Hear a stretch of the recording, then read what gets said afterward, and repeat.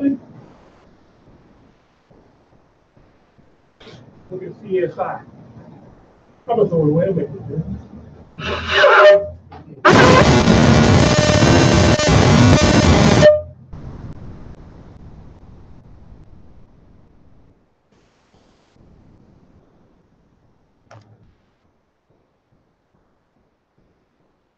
Oh.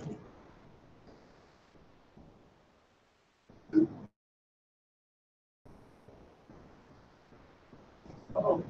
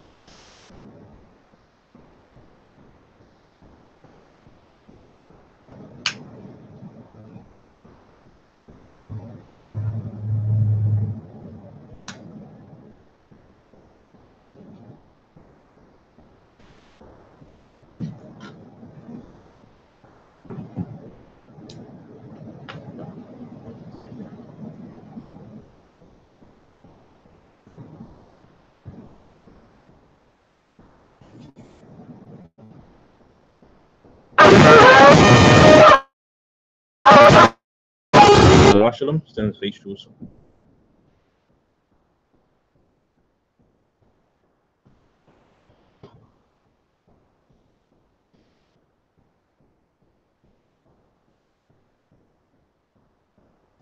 Blessing of the Sabbath.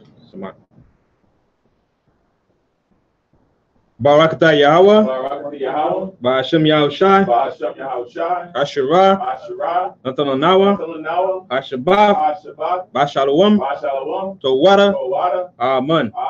English translation: Blessed are you, Yahweh, in the name of Yahushai, that gives to us the Sabbath and peace. Thank you, so be it. The Aliyam, Ma'ah, Asherayim, Akkad, Psalm 121. Anya, Rayam, Yinyamya,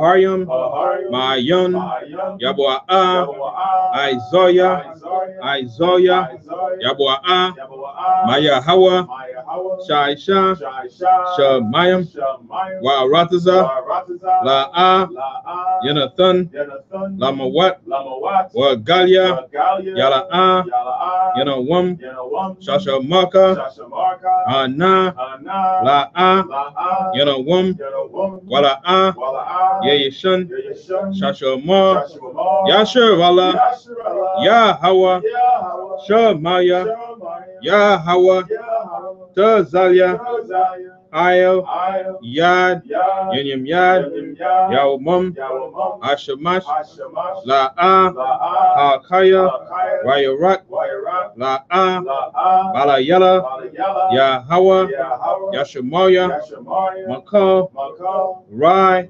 Yashamar, Nabasha, Yahawa, Yashamar, Awalakia, Awaya, Maitha, Wa'ai, Iwulam, Basham, Yahusha, Tawada, Amen.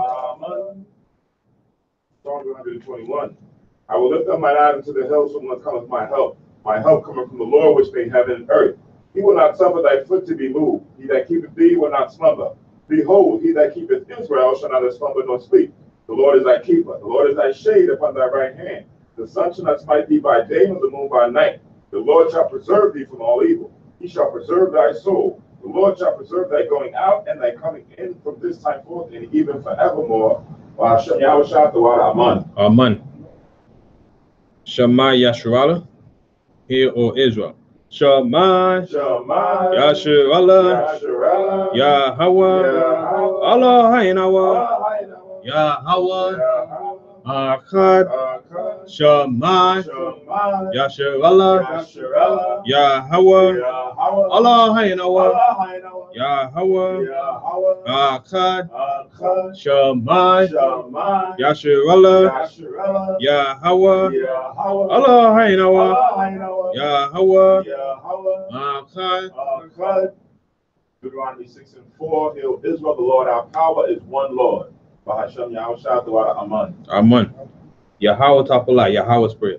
Abiyanawa, Abiyanawa, Shabbat Shemayim, Shabbat Shemayim, Kodash, Kodash, Haya, Haya, Shamka, Shamka, Yahweh, Yahweh, Malakovka, Malakutka, Taba'a, Taba'a, Batazawanka, Batazawanka, Haya, Haya, Aisha, Aisha, Ba'arataza, Ba'arataza, Ka, Ka, Bashamayim, Bashamayim, Latananawa, Latalanawa, Lacham, Lacham, Yawam, Yowam, Za, Za, Wasalaknawa, Wasalaknawa, Kawafnawa, Kawafnawa, Kasalaknawa, Kasalaknawa, Kawafyanawa, Kawafyanawa, Wala'a, Wala'a, Abiyonawa, Abiyanawa, Oh, Oh, Nasai one, Nasaiwan, Abo, Abo, Aoshainawa, Aoshainawa, Morai, Marai, Kaya, Kaya, Laka, Laka, Amalakwa, Amalakwa, Wa'ala, Wa'ala, Rataparat, Bahataparat, Laiulam, La'ayulam, Aman. Amen. Matthew 6:9. After this manner, therefore, pray ye, Our Father which art in heaven, hallowed be thy name, thy kingdom come. Thy will be done in earth as it is in heaven. Give us this day our daily bread, and forgive us our debts, as we forgive our debtors. And lead us not into temptation, but deliver us from evil. For thine is the kingdom and the power and the glory forever. By Hashem Yahushua Dawada Aman. Aman. Ashura, Matazawaf, the Ten Commandments. La'a, La'ah, Yahaya, Yahaya, Laka, Laka, Alahayam, Alahayim, Akayam, Akayim, Alpanya. Alpanya, La'a, La'ah, Daisha, Daisha, Laka, Laka, Poso, Paso, Wala'a, Wala'ah, Daibadam, Daibadam, La'a, La'ah, Dalakwaka, Dalakwaka, Shamwa, Shamwa, Yahawa, Yahweh, Lahaika, Lahayaka, Lashua, Lashua, Zakar, Zakar, Av, Ah, Ayuwam, Ayawam, Ashabaf, Ashabat, Lakodashwa, Lakodashwa, Kabad, Kabad, Abika, Abika, wa Amaka, Wa'amaka, La'a, La'ah, Tawatazak, Ratazah, La'a, La'ah, Tana'ap, Tana'ah, La'a, La'ah, Taganab, Taganah, La'a, La'ah, Ta'aina, Ta'anah, Shukur, Shakur, La'a, La'ah, Takamad, Dakamad, Ko, Ko, Ashura, Asherah, Lahaika, La'aika, Aman. Amen. Exodus 20:3. Thou shalt have no other gods before me. Thou shalt not make unto thee any graven image or any likeness of anything that is in the heaven above, or that is in the earth beneath, or that is in the water under the earth. Thou shalt not bow down thyself to them, nor serve them. By the Lord thy power and the jealous power, visiting the iniquity of the fathers upon the children, unto the third and fourth generation of them that hate me, and showing mercy unto thousands of them that love me and keep my commandments. Thou shalt not take the name of the Lord thy God in vain, for the Lord will not hold him guiltless that taketh his name in vain. Remember the Sabbath day to keep it holy. 6 days shalt thou labor and do all thy work, but the seventh day is the Sabbath of the Lord thy God.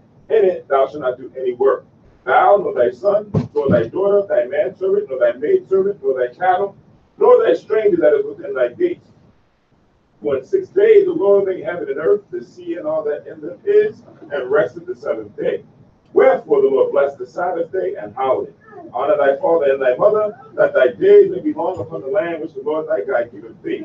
Thou shalt not kill, thou shalt not commit adultery, thou shalt not steal, thou shalt not bear false witness against thy neighbor, thou shalt not covet the neighbor's house, thou shalt not covet the neighbor's wife, nor his manservant, nor his maidservant, nor his ox, nor his ass, nor anything that is thy neighbor's. By Hashem Yahushua Dawada Aman. Aman. Yeshua, please be seated.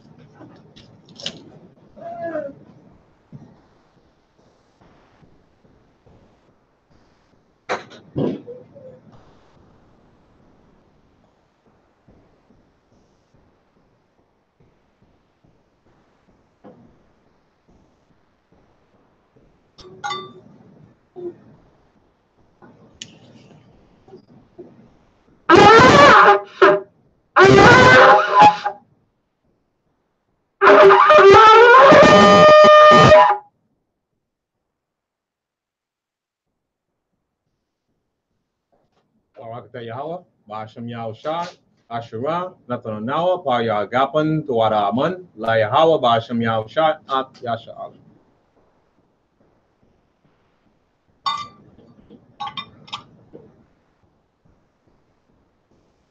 English translation, blessed are you, Yahweh, in the name of Yahushai, that give to us the fruit of the vine. Thank you, so be it, to Yahweh, in the name of Yahushai, with Israel.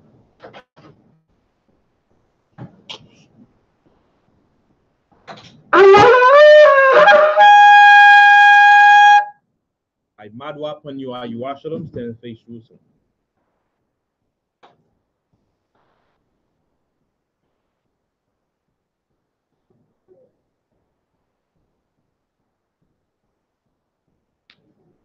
Repeat the Hebrew only.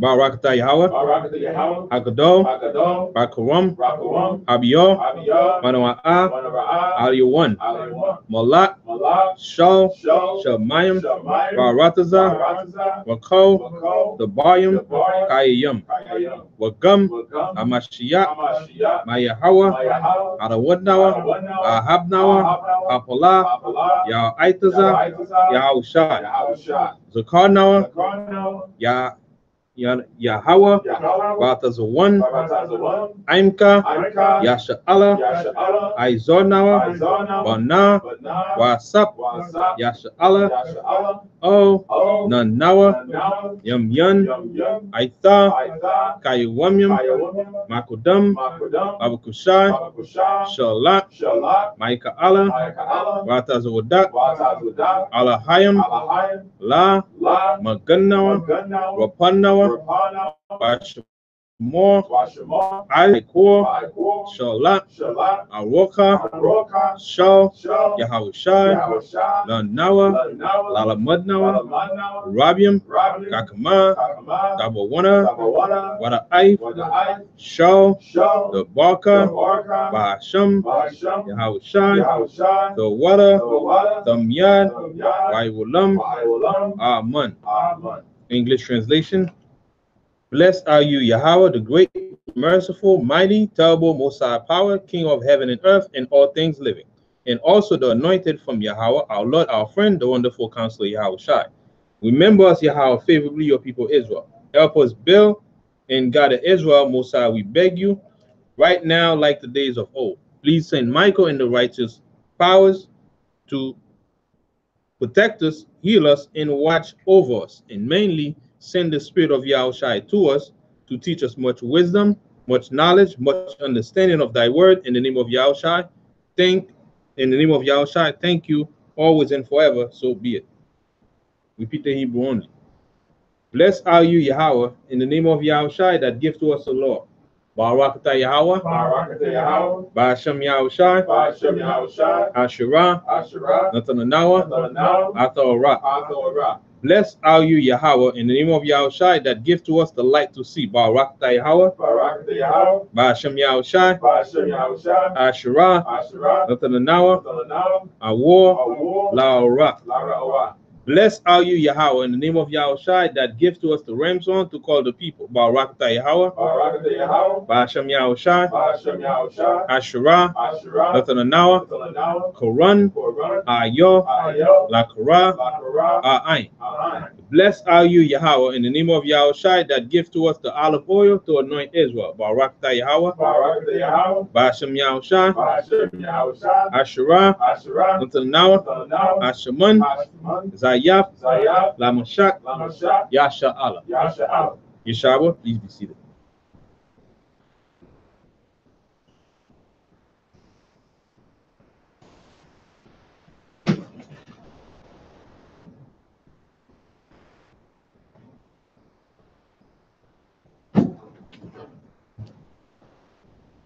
Shalom.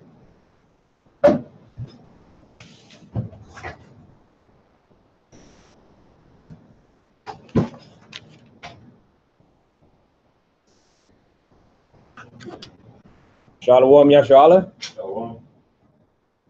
Shalom, brothers and sisters watching on the live stream. Shalom, brothers and sisters listening on the conference line. Welcome to Hayashua Al-Kanas, where we teach that the so-called Negroes and Hispanics, those scattered throughout the four corners of the earth, those whose forefathers came here on cargo slave ships through the transatlantic slave trade, they are the real Jews that the Bible speaks of, and the proof of that can be found in Deuteronomy, the 28th chapter.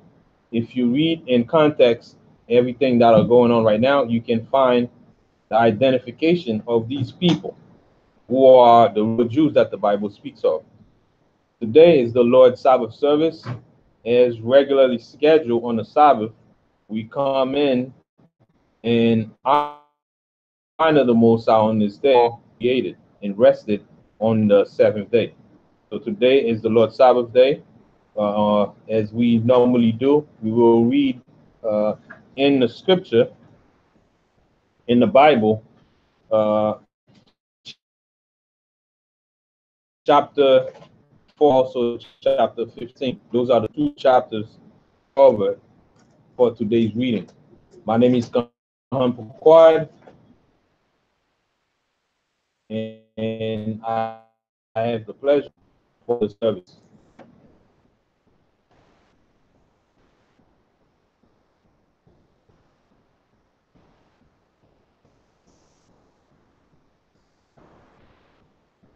All right, so if you had a chance to read,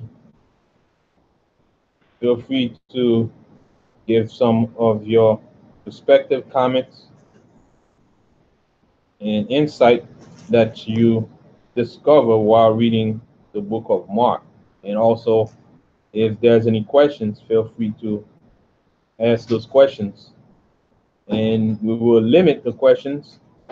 We will answer them, but if it get too off topic, we will save it for class.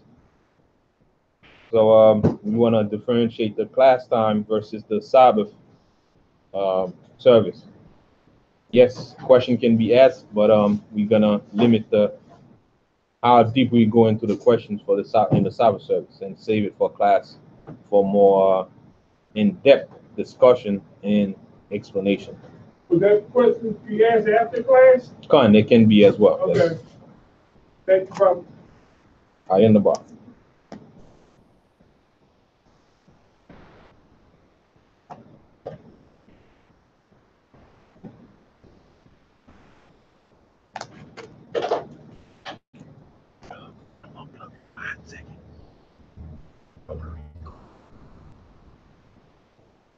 Oh, really? Put it on the table. To throw it on the table. I'm gonna plug it in.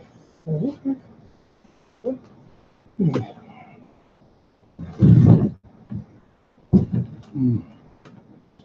But not the phone.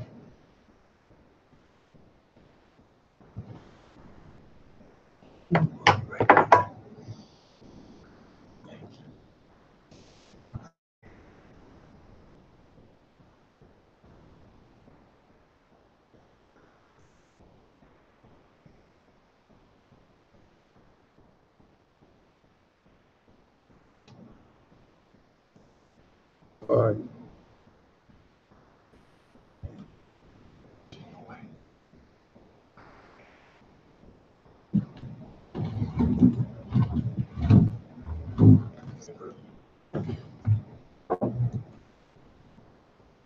All right, so what we're gonna read in Mark, you can also see the same reference in Matthew and Luke and some of John.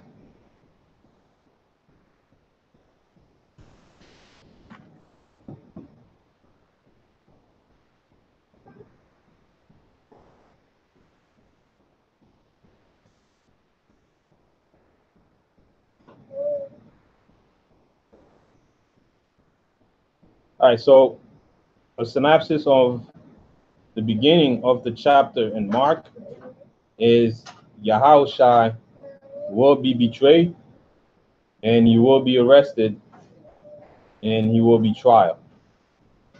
Okay? So that's what we're gonna read in Mark.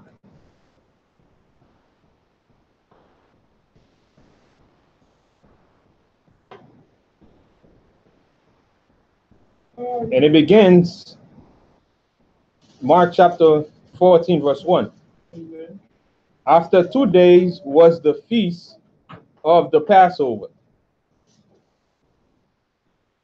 After 2 days, the feast of the Passover. So Zukar, you remember what the feast of the Passover is, or do you know? No, I'm here to learn, sir. All right, so the feast of the Passover is a feast that is famous in Israel that everyone should remember. In those days when we knew who we were, there's no way this feast can go unnoticed. Right. Given that today we lost our nationality, who we are, all that we knew back then about us also has been lost in our remembrance.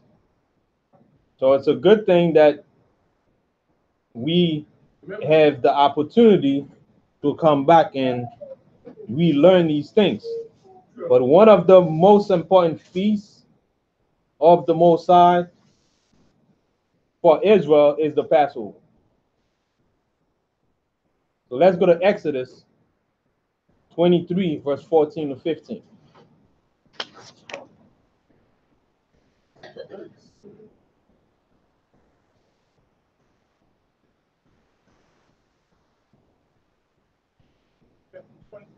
Say that verse again, please. Chapter 23, verse 14 to 15. Would you like me to read? Done. Exodus chapter 23, verse 14 and 15. 3 times thou shalt keep a feast unto me in the year. Thou shalt keep the feast of unleavened bread. Thou shalt not eat unleavened bread 7 days, as I command thee. In the time appointed of the month of Abib. would that be April? It's in between, March and April. right, depending on the time of year.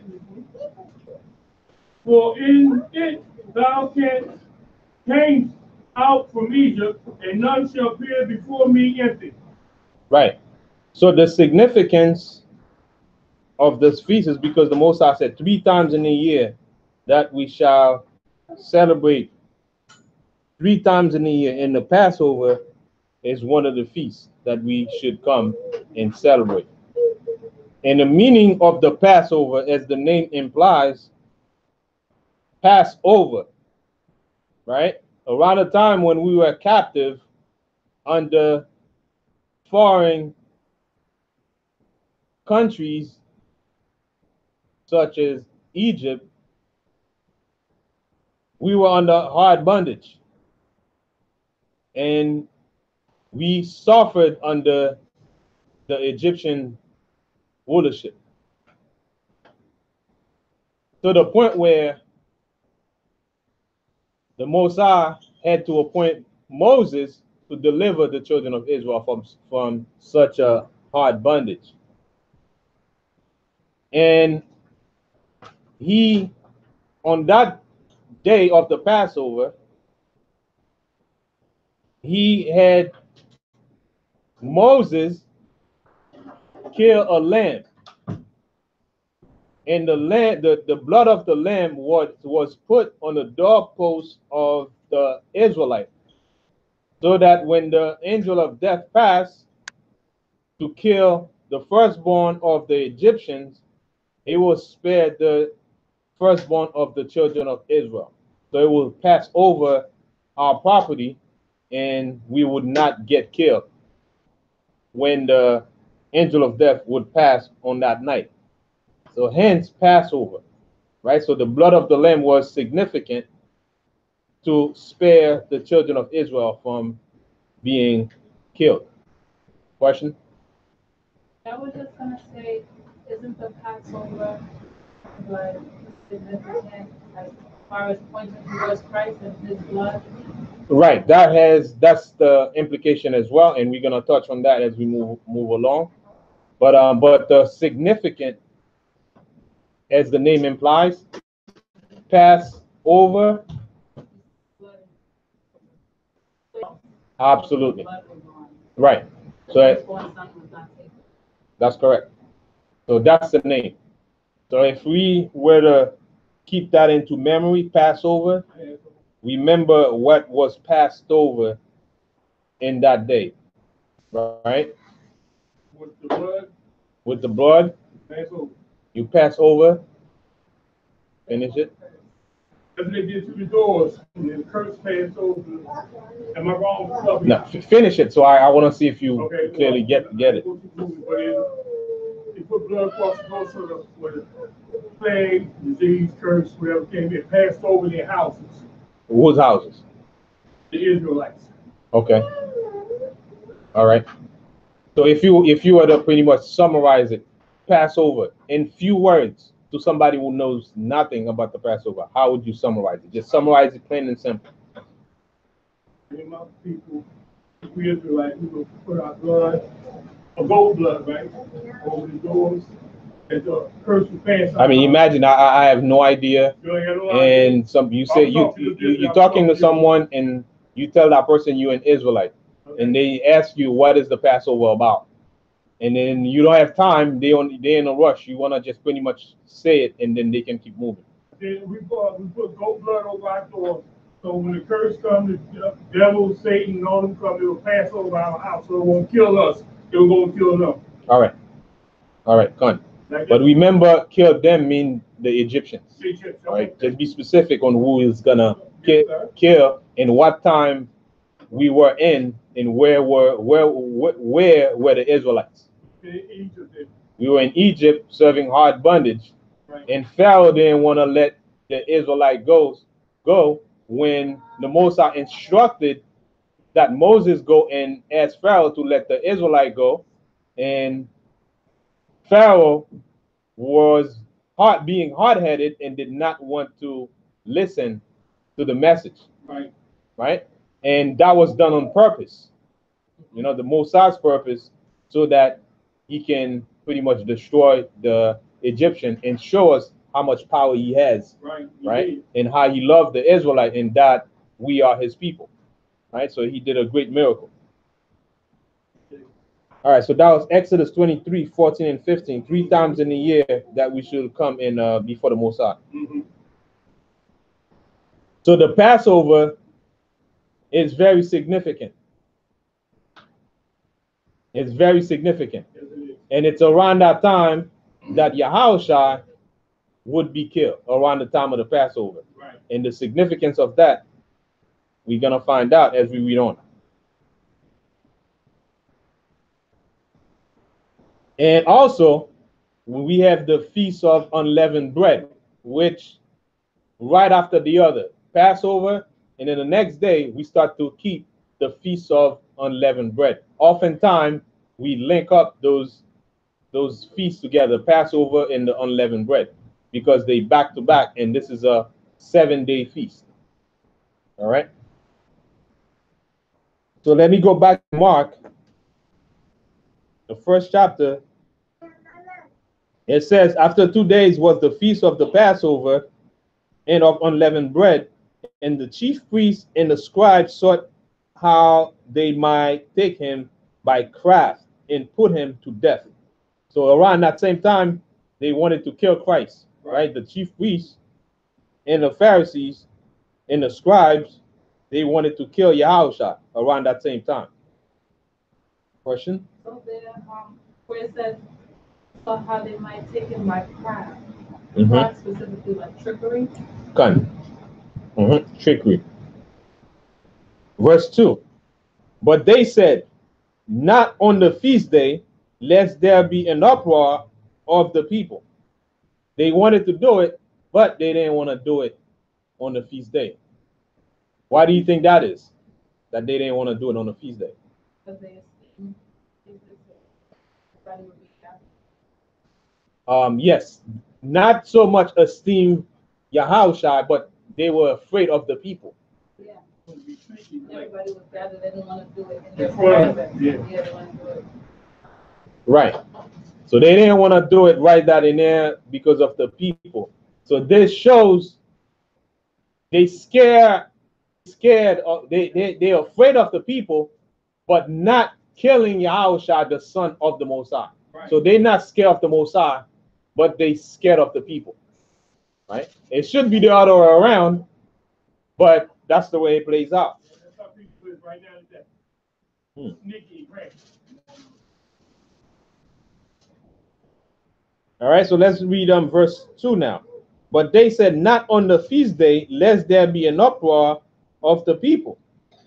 And being in Bethany, in the house of Simon the leper, as he sat at meat, there came a woman having a alabaster box of ointment of spikenard, very precious, and she break the box and put it on his head. So that's very important verse right here. Let's stop on that for a minute. It says, and being in Bethany, in the house of Simon the leper. So what would Yahushua be doing in the house of a leper?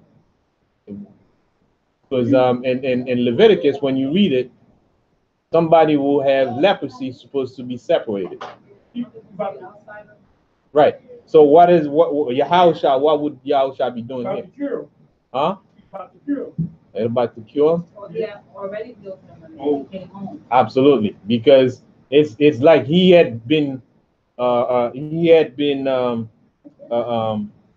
cured from his former leprosy, right?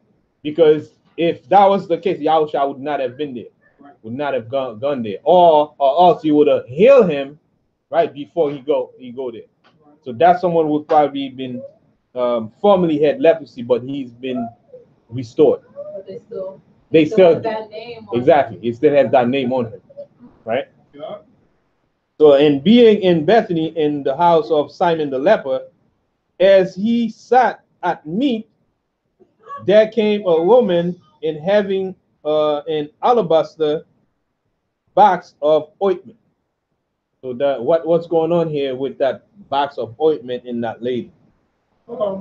Like cures, like we got in our house right now, but they just use a different word back there. Okay. And we all got some stuff in our house, like garlic, currant, but in that box, he had something back there that would cure this person and pour it on his head. So this is Yahushua who will be anointed here with that right. Oil of spikenard. It's very expensive. It's like a perfume oil that's precious. And keep in mind, in those days, when you have this kind of product, right? It used to be used as a form of investment, right? Because you can easily carry the oil, right?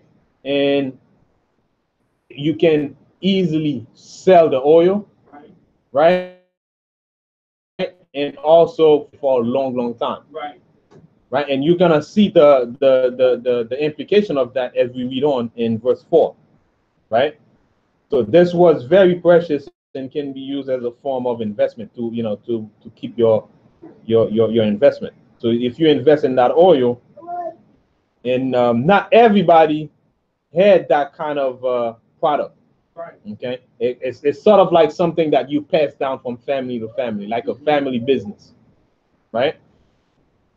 So she had oil and ointment, very expensive, right? So we're gonna see what she did. So what she did, she break the box and pour it on his head. He poured the box, he breaks it, and then you can see pictures of alabaster. It's like a container, and he has a top.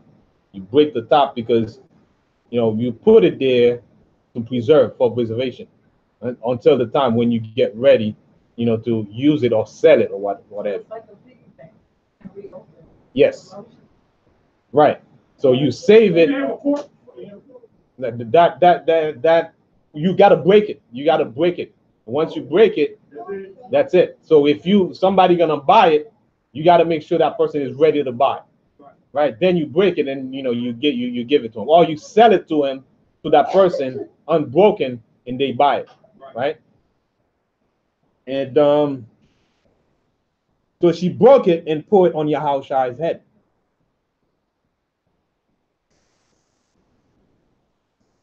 All right, so go back to verse 3. I forgot to pull that verse. John 11 and 57. I meant to pull it, but I forgot to pull it. John chapter 11, verse 57.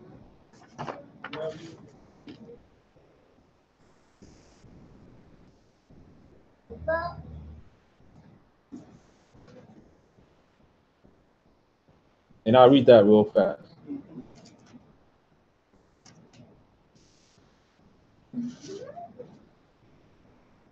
St. John 11 in verse 57. Now both the chief priests and the Pharisees had given a commandment that if any man knew where he were, he should show it, that they might take him. So that there was an announcement that went around. Wherever Yahushua would be, they would let him know so they can go and take him. Right? Even though they didn't want to do it on around the time of the Passover, they're gonna end up doing it anyway to fulfill prophecy. Right? And it's huge that it's done around the time of the Passover, because Yahushua would be replacing the blood of the lamb that was killed. Yahushua would be the actual lamb that should be remembered around the time of the Passover. All right, so let's go back to Mark. Because I remember you had that question earlier, Deja. Yeah. Yeah, you had that statement earlier that Yahushua would be the lamb. Yes. Yes, he would be replacing the physical lamb that used to be killed around the time of the Passover. I have a question. Is it okay to link scriptures?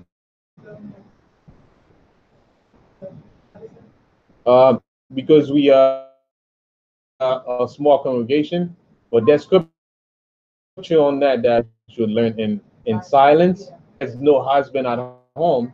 It's okay. You can ask us here that you don't have a husband at home that you can ask. All right, but since we are a small congregation, you can ask us. We allow that, as long as it doesn't get too over complicated. But yes, you can ask. You can ask.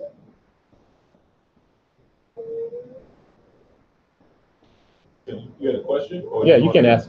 Oh. No, the only question I asked is it's okay to, I don't think. Oh, you had a preset to go with the. Yeah, that's fine. That's fine. You can call it. It's go with verse 2. Mhm. Or, Galatians 1. Galatians 1:10.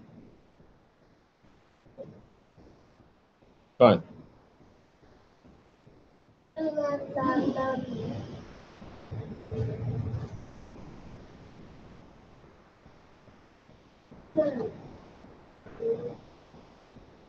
Right. So I mean, what I was saying earlier, out of courtesy for learning, it's okay to ask. Right.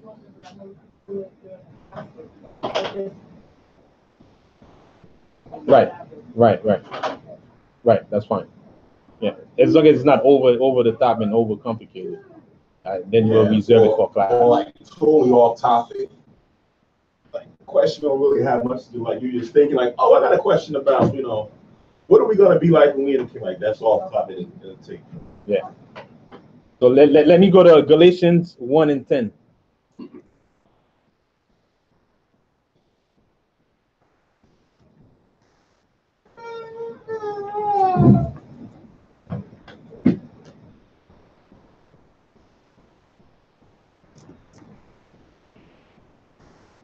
Jakar, you can read it once you have it. Okay, God. For do I now persuade men or God, or do I seek to please men? For if I yet please men, I should not be the servant of Christ. Okay. So I can see how what you just pulled here is gonna link with that same verse of what she did, because of what we're gonna be talking about. You with us, right? That scripture you just pulled, we're gonna find out how it relates. You're gonna see how it relates to what we're reading in Mark, the action that she took for pouring the ointment on top of Yahushua's head. All right, so let's go back to Mark.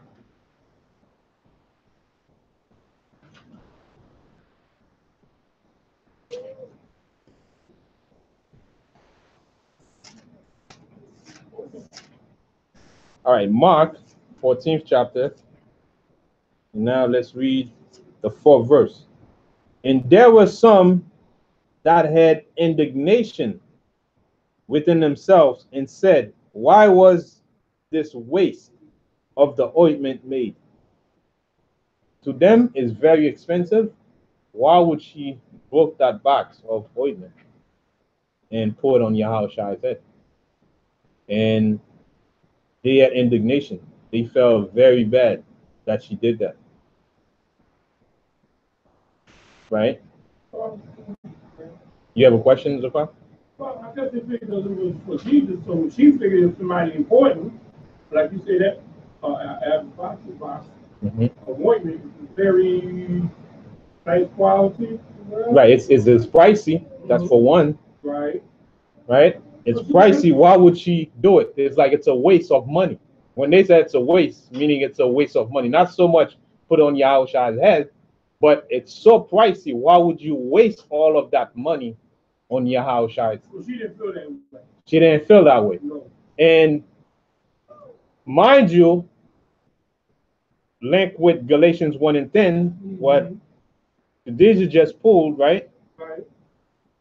Now, she did not tell anybody that she was going to do it. No. So sometimes when you're going to do something that is right, You go ahead and do it. you just go ahead and do it. Right.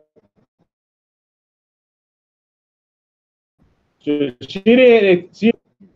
That's how she felt, showing that we can safely say that she had an inclination or an understanding of what she was doing, right, and why she was doing it for. But she did not explain anything to anybody. She felt that this was the right thing to do, right?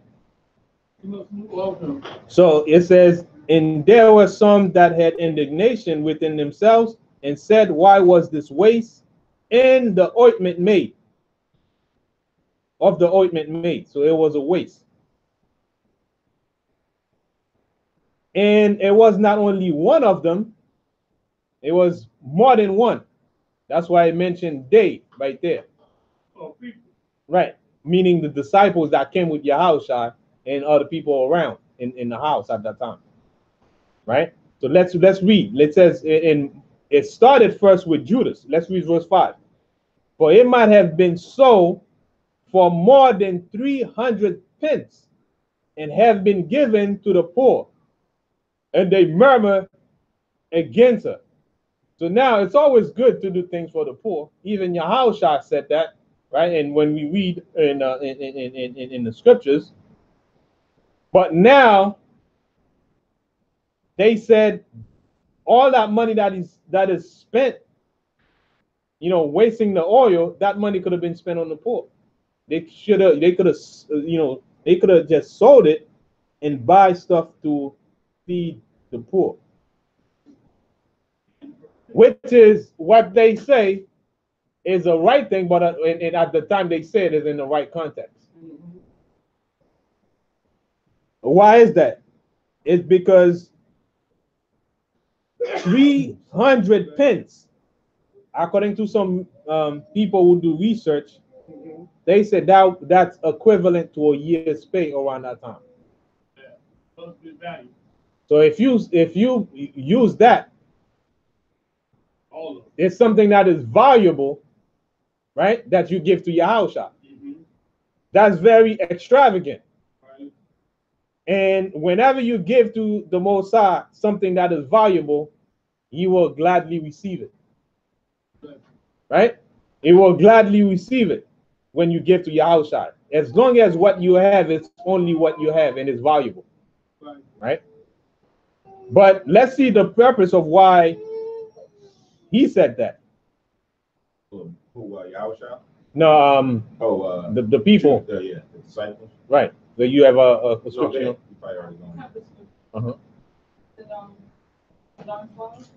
John 12. What verse specifically? I would say 5 and 6. 5 and 6. Okay. Specifically 12, or chapter 5 and 6. Okay. So Carl, you want to touch on that? You want to read that? You want to read that? Sure, here we go. St. John chapter 12, verse 5 to 6. Okay. Son, why was not the ointment sold for 300 pence and given to the poor? This he said, not that he cared for the poor, but because he was a thief and had the bag and bear what was put therein. Right. So he was the treasurer. He used to be the one over the box of money. Right. So whenever money is being put into the box, Right. he's the overseer over that money. Right. He's the treasurer. He's the keeper of the cash. So the reason why he said that, he used to help himself on the surplus that's in the box. Right. Right. So if all that money is in the box, so that should be enough for him, to get some of it. And people may not be able to even detect it, right? Because it's just like you have a bag of rice.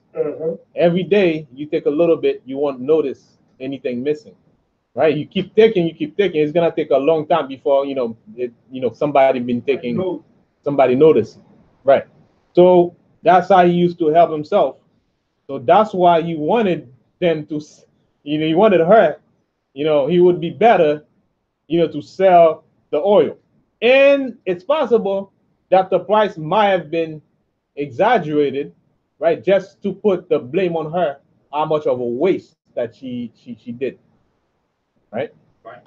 So that's a estimate of how much the oil costs, right? Which, given his mindset or his spirit, it could have been, exaggerated just so that he can find reason to blame her, for what she did, right? So in verse 6, it says, and Yahushua said, let her alone. So when they started to, Pick on her. yeah, pick on her, bothering her, He said that he was he said, let her alone.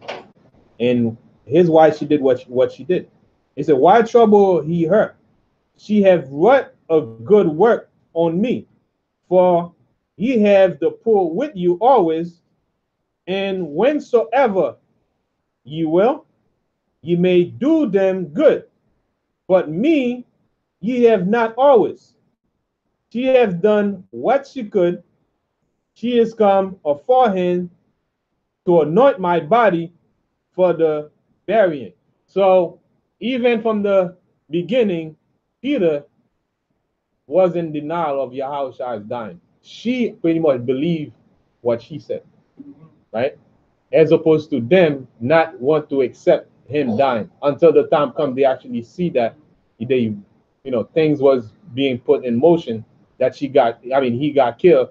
Then they realize what he was saying. But all along, based on what we're reading, she believed Yahushua and what Yahushua had done. And plus, Yahushua just came from throwing, as not as a king yet, but he was being honored in the whole city. So anything that she did would be considered honorable and necessary, right? After everybody, just honoring him, then by her doing that, he deserved of all of that. But plus, she might have had an inclination of what she was doing, because she believed that Yahushua had to die, and that was the only way she could honor him. So Mark, and then Right. So his response I don't know if we even get there. What do we stop at? Six. No, 8. 8, yeah. We stopped at 8. Mm-hmm. Right. So his response says, "He has come beforehand to anoint my body to the burying." Right. Mm-hmm. So you're on point with her now having the understanding that Yahushua was gonna die. Right. He's gonna get killed. So if that was the case, she was now coming to do it. Now the spirit that in her that drew her to do it was perfect. Right. I think in another verse. It speaks about uses a word that kind of shows up that it was timely for her to do it. Because now when you fast forward, and I don't want to get there go too deep into it, when you fast forward, they speak about the women after Yahushua died in the sepulchre. The women are supposed to come do what? Clean. Right, and anoint his body, right? So they're coming to do it. But what happens? They never get to do it. Right. Right, because he's already risen. So her doing it here is now what him saying, listen, she came to anoint my body for the burial, right? Because that was a custom. But now the spirit that came upon her to do it at that time, as opposed to waiting for the women to come when they weren't going to have the opportunity, was perfect. She sees the opportunity. Yeah, it was right on time. So it wasn't wasted, because you come and you anoint the body anyway with sweet spices and ointments and things anyway. Right. She took what she had, expensive as it was, to go and anoint Yahushua at that moment. This guy over here, Judas, he's the one who got the bag, right? He's like, look, I'm the holding money. Could have had a whole bunch of money in here. Right. I could have took a good cut out of this. Now I ain't got that cut. Why you waste that? Right? Not thinking about Yahushua, he's thinking about himself and what he now potentially lost and not getting that 300 pence. Cut.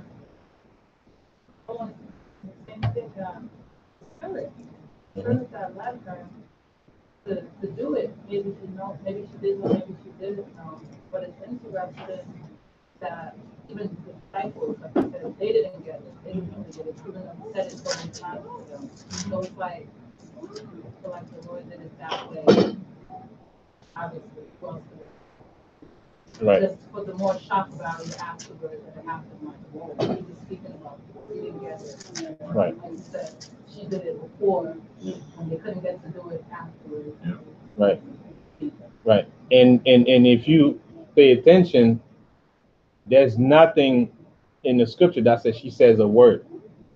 Right. She just did what she had to do. She's a doer. You know, you have some people, they talk, and before they break it, see that oil right there, it costs this much, but I'm gonna pour it, and I bought it for this amount, but I'm gonna pour it. They give you an exposition of what they're gonna do before they do it. She just went and do it with nothing, said, and even afterward, Yahushua had to come to her defense to defend her, of what she did. She just went and do what she did. Because of course he would understand her intentions. Right. If there's going to be anybody who's not understanding his intentions, because he can see the spirit. Right. He would know. Right. And because if you stand on the outside looking in, and you just see her walk up and break the box and pour it on, like, you're like, what the heck's going on here? Right. Because the disciples, like you said, they didn't fully get it. Right. So now you being witness to this, you're like, what the heck? Why should you pour that all over the outside like that? Right. So that the others are probably thinking what's going on. Judas is over here like, what the hell? You wasting money here. Right. Until Yahushua says, nah, you're anointing my body for the burying.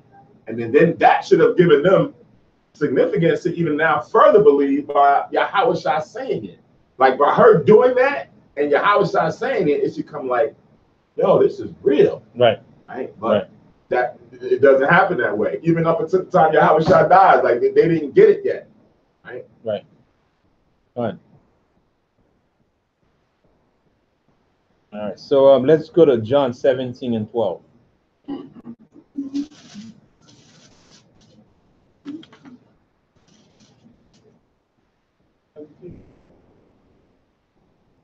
And I'll read that. St. John. So she underwent sharp criticism.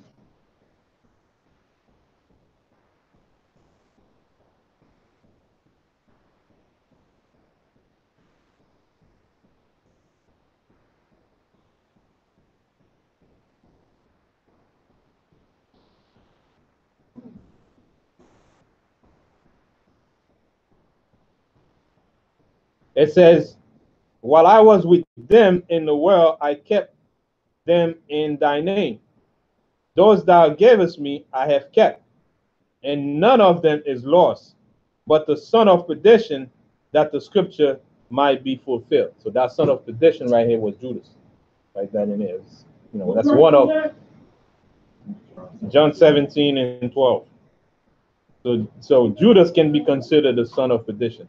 So while he's calling what she did a waste, he wasted all his life, but she might have wasted, you know, the oil for a good purpose on Yahushua, but he wasted his life.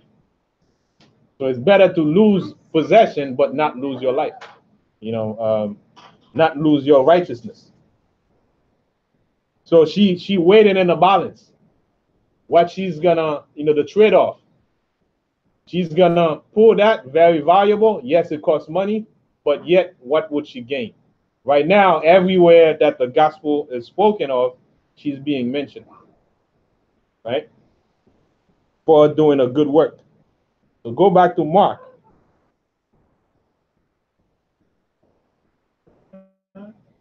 Verse 9. Yes. Verily I say unto you, wheresoever this gospel shall be preached throughout the whole world, this also that she have done shall be spoken of for a memorial of her. Right? So she has been put in the midst of those that are not lost, that Yahushua has kept. Right? Verse 10. So when you look at Yahushua saying when the good news, when the word is spoken, to remember what she did, right? Mm-hmm. And it's not just to say, you know, oh yeah, you remember the sister Mary Bethany poured the oil on Yahushua.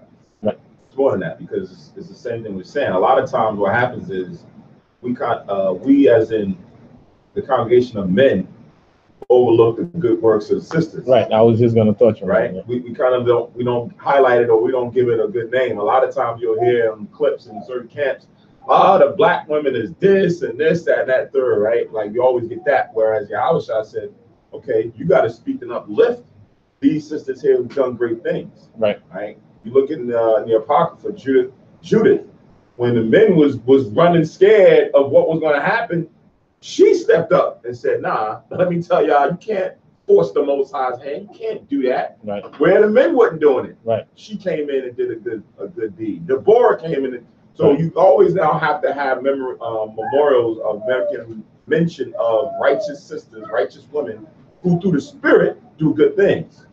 Right. Whereas the men didn't even have this understanding and desire to do what she did. Right. She did it. So Yahushua is like, look, make sure you mention her. Right. And when you mention her, then it comes with the other ones. Like, you just don't forget any of the good accolades and things that sisters have done. Right. So it's good to put things in perspective and context. Right. Because sometimes when we read, unto you, whole man I call, it's mean like, you know, sisters got to be put on the back burner. Exactly. So look what she did right there. That's commendable. And Yahushua said has to be commended. So, you know, it's like when we work as a body, everything has to be done in unison, right? And so that there's no confusion. At the same time, don't forget that, yes, the men, unto you, O men, I call, that's the man's position. Also, the sisters has their position, even in learning in silence. As she beautifully displayed, she did what she did without saying anything.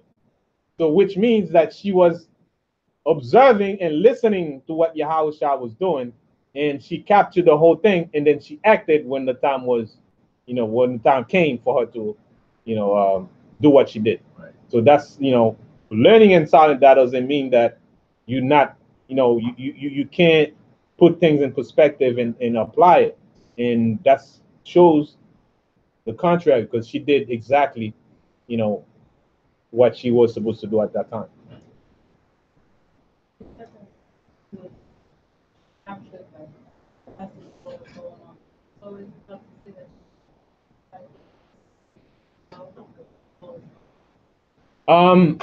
I mean, as far as the disciple going out to teach, right? Yeah, she's definitely a follower. Right. She's a follower of Christ and doing the things that Christ would expect her to do. Right. In all unison, according to scripture, not, you know, going over the board and do things outside of what Yahusha would expect her. She did everything accordingly. Right. Even when she was being criticized by the men, she did not, you know, jump in and, you know, rebuke them and tell them, I've done this. That's a good thing. She just listened and she did what she had to do. And Yahushua came and give the sense of what she had done. Is this very nice lady? No. No. Did they say her name? This is Mary of Bethany. Because in the house, it was Lazarus, So she left. Lazarus, Mary, Mary, Martha. Martha. Okay, where's Lazarus? She said he's dead. He said you're going to sleep and wake No, up. Lazarus was there. Yeah, he was alive then. Right. Okay. That was easy. I do remember that part. He asked one of them. So he's dead. He said no, he's sleeping. And he wake him up. Done. So let's go to verse 11 now.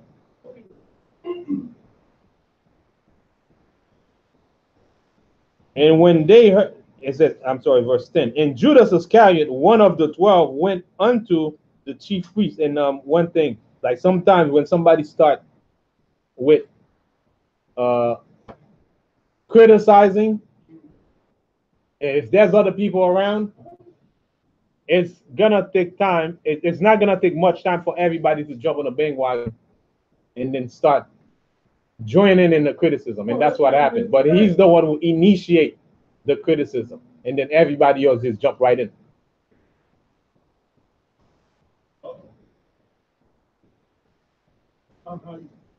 And when they heard it, they were glad and promised to give him money. Let me read verse 10 again. And Judas Iscariot, one of the 12, went unto the chief priests to betray him unto them. Kind of like when you hear we looking for so and so, $50,000, whoever, you know, help us get his way about. So the word was out, and Judas found the opportunity, being in that wicked spirit, that he would take the, you know, he would take the offer. So he went to the chief priest, and when they heard it, they were glad and promised to give him money.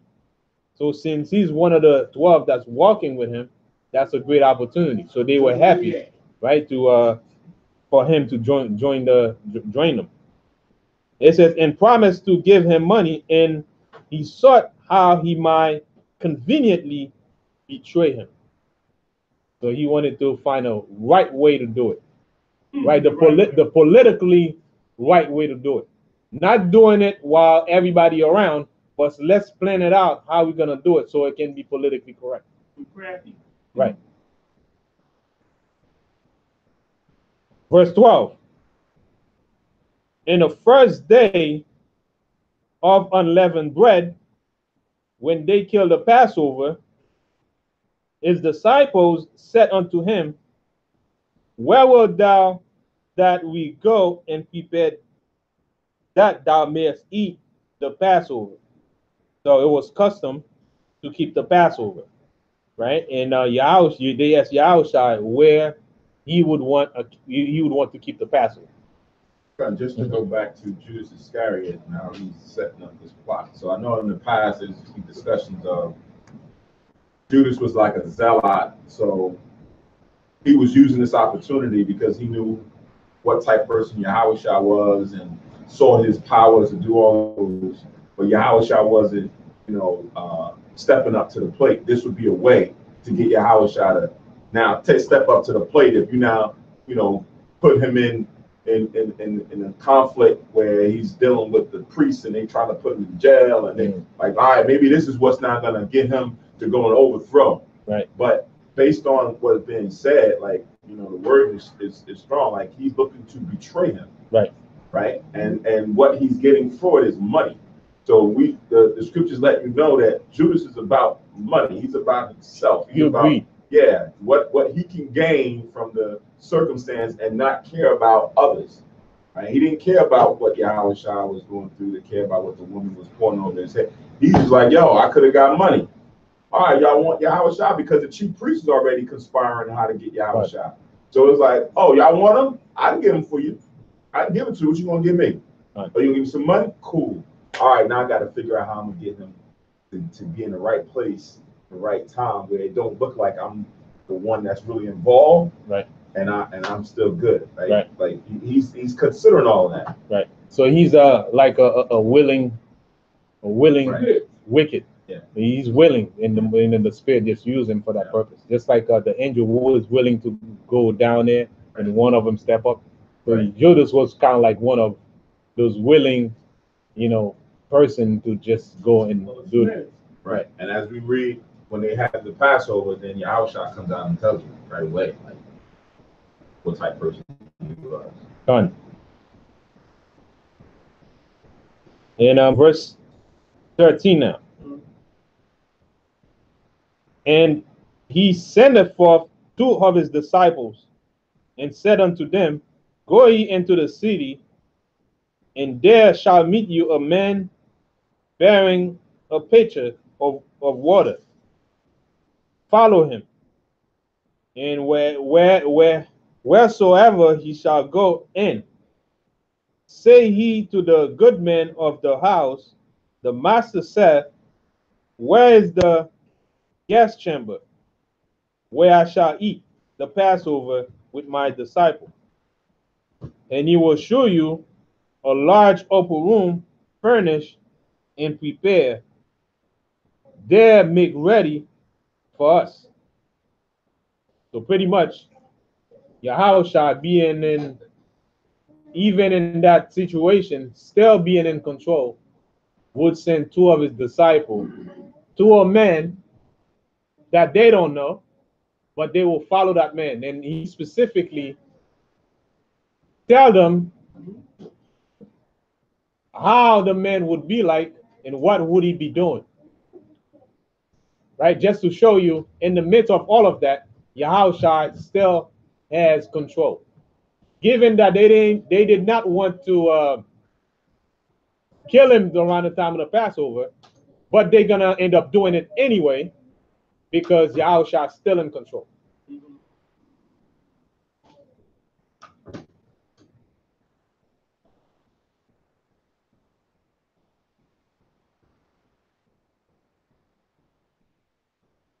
Right? So even though the other disciple did not know the man that Yahushua would send them to, but Yahushua knew everybody and all the spirits in town. He knows who. So he knew who to send the disciple to and what answer that they would get from that. He knew people were going to on. He knew everything, before it happens. Right? So let's read Who's going to snitch? He knew people were going to act right. He told him, you know me 3 times. That's like part of snitch and all that other type of stuff. It's like y'all got your friend, I got my friend. You know who to hang with, who not to hang with, right? We talk about today, 2018, right? You know who to hang with, who not to hang with. Right. And they're going to do this right here. Seriously. Right. And then keep in mind, Yahushua, even the time for his death, he controlled everything. He could have sent Judas to the men to prepare for the Passover. Right. That would have been, kind of easy for him, to just give him up right then and there. He sent 2 other disciples, right, to look for the room for the preparation, so that everything can be done according to the timing. Sure. Verse 17. And in the evening, he commenteth with the 12. And as they sat and did eat, Yahushua said, Verily I say unto you, one of you which eateth with me shall betray me. And they began to be sorrowful,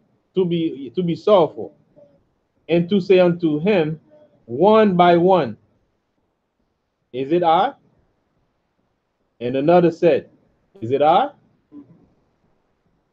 And he answered and said unto them, It is one of the 12 that dippeth with me in the dish. Right? So he didn't want to come out and, point it out. But through the action that will be taken, Judas will be giving himself up.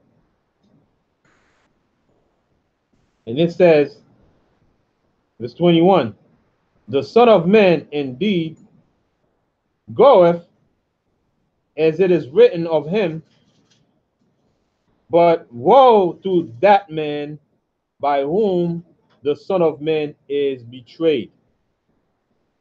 Good were it for that man if he had never been born. That was it right there for him.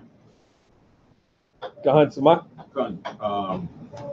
This is St. John 13. St. John, the 13th chapter, and the 26th verse. To link up with verse 20. From John 13:26. Which reads, it says, Yahushua answered, He it is to whom I shall give a sop when I have dipped it. And when he had dipped the sop, he gave it to Simon. He gave it to Judas Iscariot, the son of Simon. Right? So now that was like the telling blow right there. It's like whoever it is that I'm going to dip the sop with and give it to, that's who you know is going to be the one to betray me. When he did it, he gave it to Judas, right? Now check out what he does afterwards. He says, and after the sop, Satan entered into him. Then said Yahushua unto him, that thou doest, do quickly. Right? So it was like what you said earlier, Yahushua already knew the type person Judas was, right? So now once it happened, Yahushua sees the spirit enter into Judas. And Yahushua already knew what Judas's whole objective was, what he was meant to do. So when that happens at the Passover Seder meal, Yahushua was like, all right, the plan that you had, go ahead, bounce, go do it. Go set it in motion, right? Because now Yahushua knew that he had to go do his work, so that when this time came, that he could be delivered. Right? That's what's interesting is to have knowledge of all of this, right? Go to the 6th chapter of St. John. John 6. I think it's the same story. John 6 and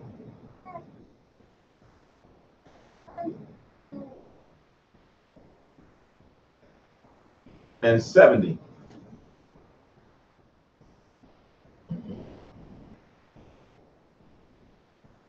So John 6 and 70 says, Yahushua answering them, have not I chosen you 12, and one of you is a devil? He spake of Judas Iscariot, the son of Simon, for he it was that should betray him, being one of the 12. So all the way in the beginning, when Yahushua was first picking up the 12 that was going to be followers of him, he knew once he came to Judas Iscariot that he was going to be the one to be the catalyst for his demise, for his crucifixion.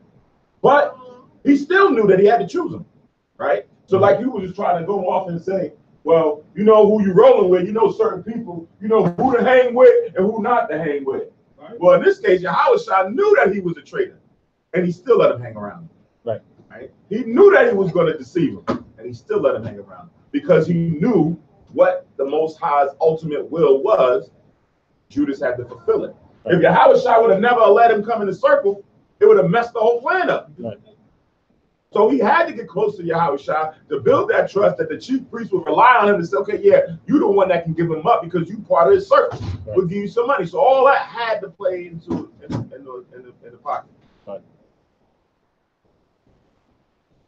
So that was John 6 and 70 to 71 to go along with St. John 13 and 26.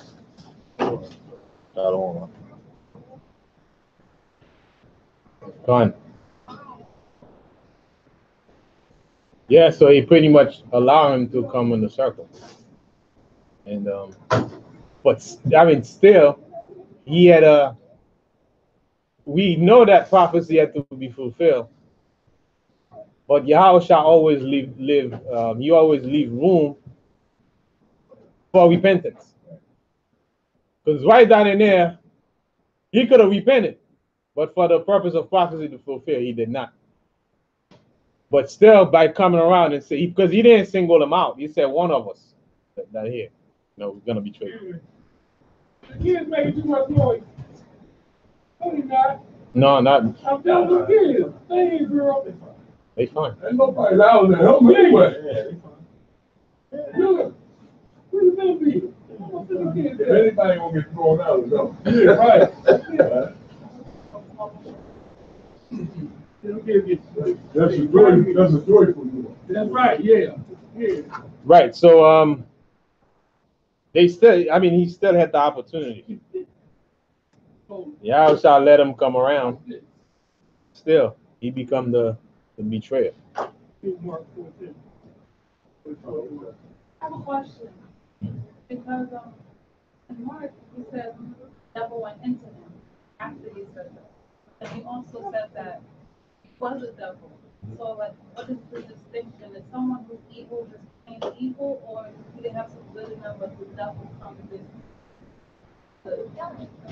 So in both verses, I read 13 and I read 6, and in 13, because the spirit can cause you to do different things, right? So you can be a devil, right, which is like a deceiver, right?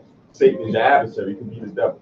But now the spirit can cause you to do certain things, the same way as if you're righteous, the Most High can give you different spiritual gifts, where you can go speak in tongues, you can go heal, you can go do whatever. So now the spirit entering into you, now is going to cause you to go do this type thing, as opposed to another spirit entering into you, causing you to go and do that, right? I think there was one time when Yahushua healed the person, right? Removed the spirit that's off of him, and then it says, and then he came to his right mind, right? Which is your right spirit. So we now always are dealing with spirits, right? We always want to receive and attain the Holy Spirit, but even within the Holy Spirit, as you read in Corinthians, there's different gifts or different lanes of the Spirit that the Most High can give you. All from that one, you can have so many different kinds. So Yahushua knew that he was going to be a deceiver amongst the crew. But at that time when he did what he did, that was the moment now that the Spirit was going to cause him to leave from the table to go and do what he had to do, right? Because he could have just dipped it and just chilled, right? Now Yahushua knew even his forecast said, "Nah, go ahead and do what you got to do. Do it quick, right? Don't haste, don't waste time. Like haste to get to where you need to go." And then he would go and do it. You also said he never from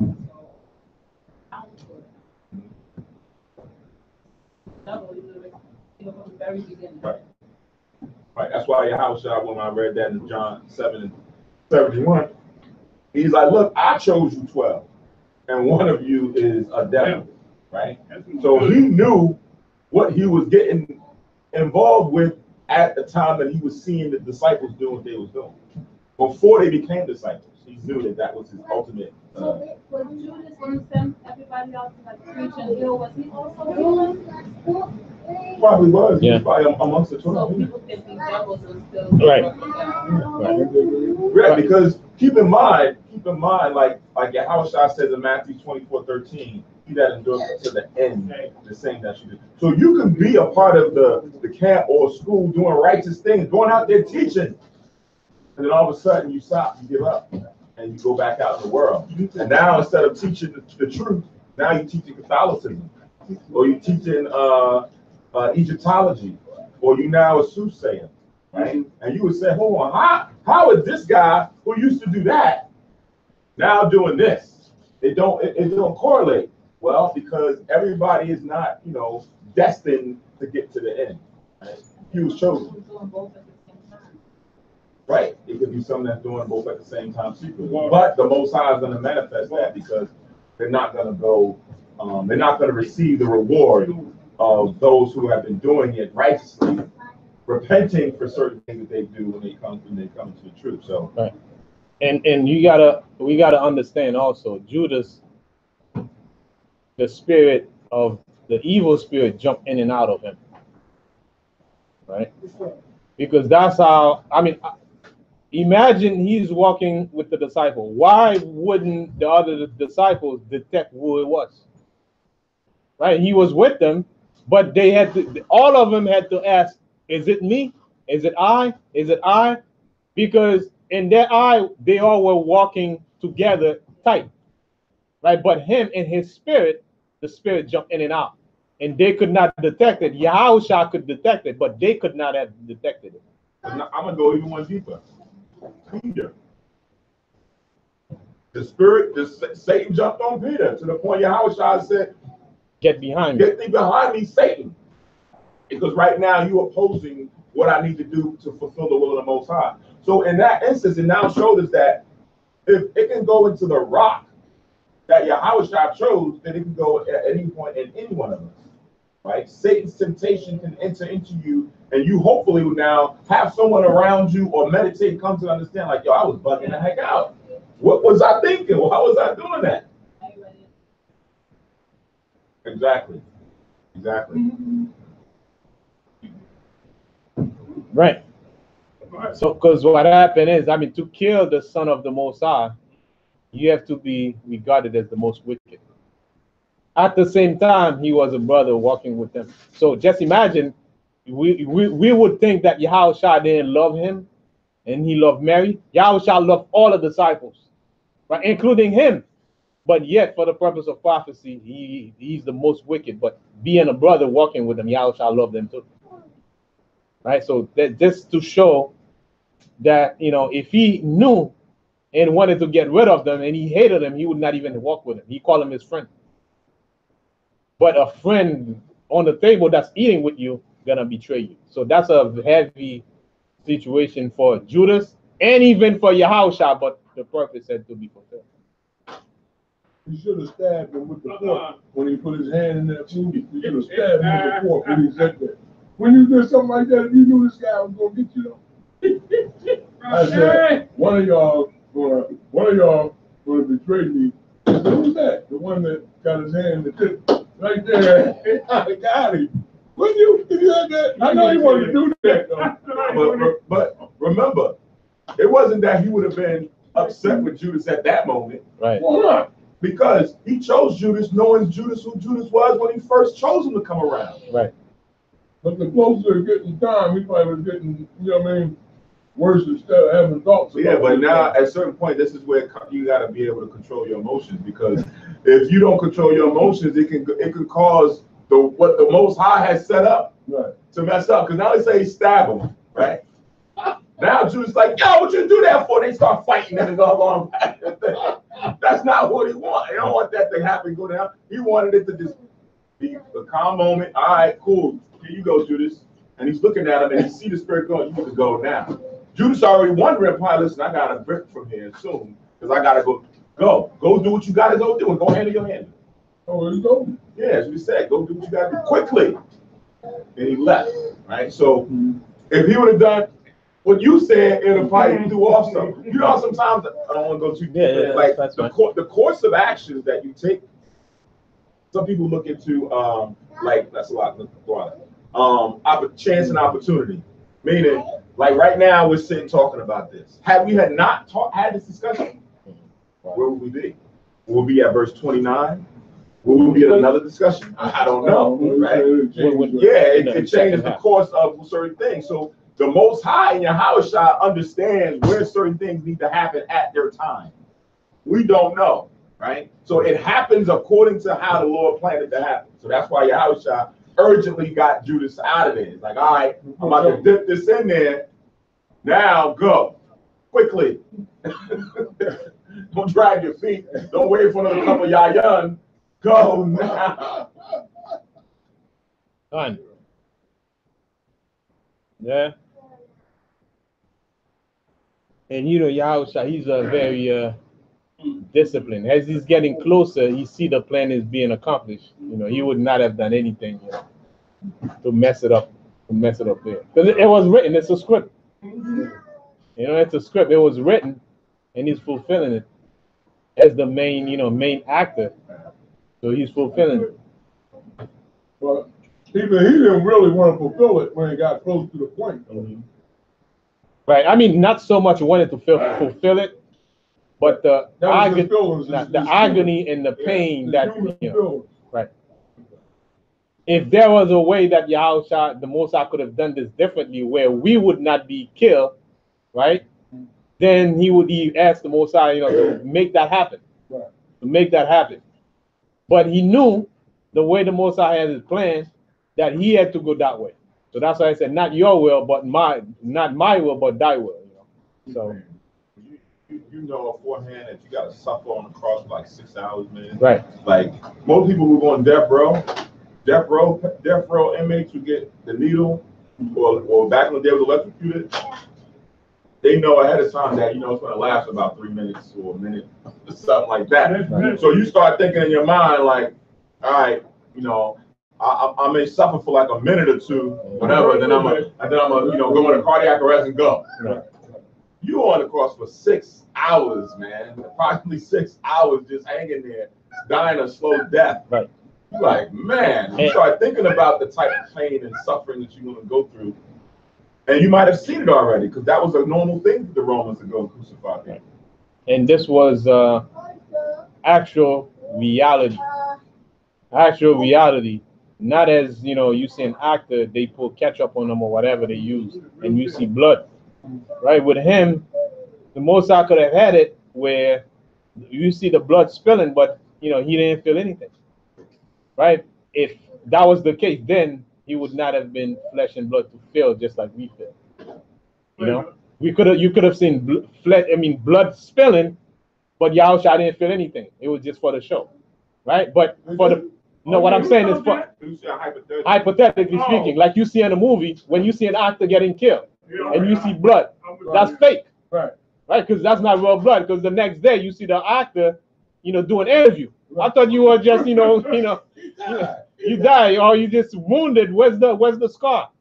But the Most High could have had it the same way for Yahusha, right? But he did not. He had to feel it just the same way we feel pain, so that it could, you know, show that he was made just like flesh and blood, just like us. When we get there, I'm gonna go into that. He probably even went through worse, right, than most people did when they get crucified. Yeah, you're right. He did, because of what he did. Right. On that. And being that he goes through that pain, that's how he's able to have compassion, because he felt all the kind of pains that anybody can feel in their lifetime. Whatever pain you think you can feel, right? He felt it so that he can feel compassion, you know, for his for Israel. So he had to embody all the pain that the planet can contain, that men can endure, so that when he comes time for him to have mercy or compassion, he knows how it feels like to have mercy and compassion. So go back to Mark 14. We have verse 21.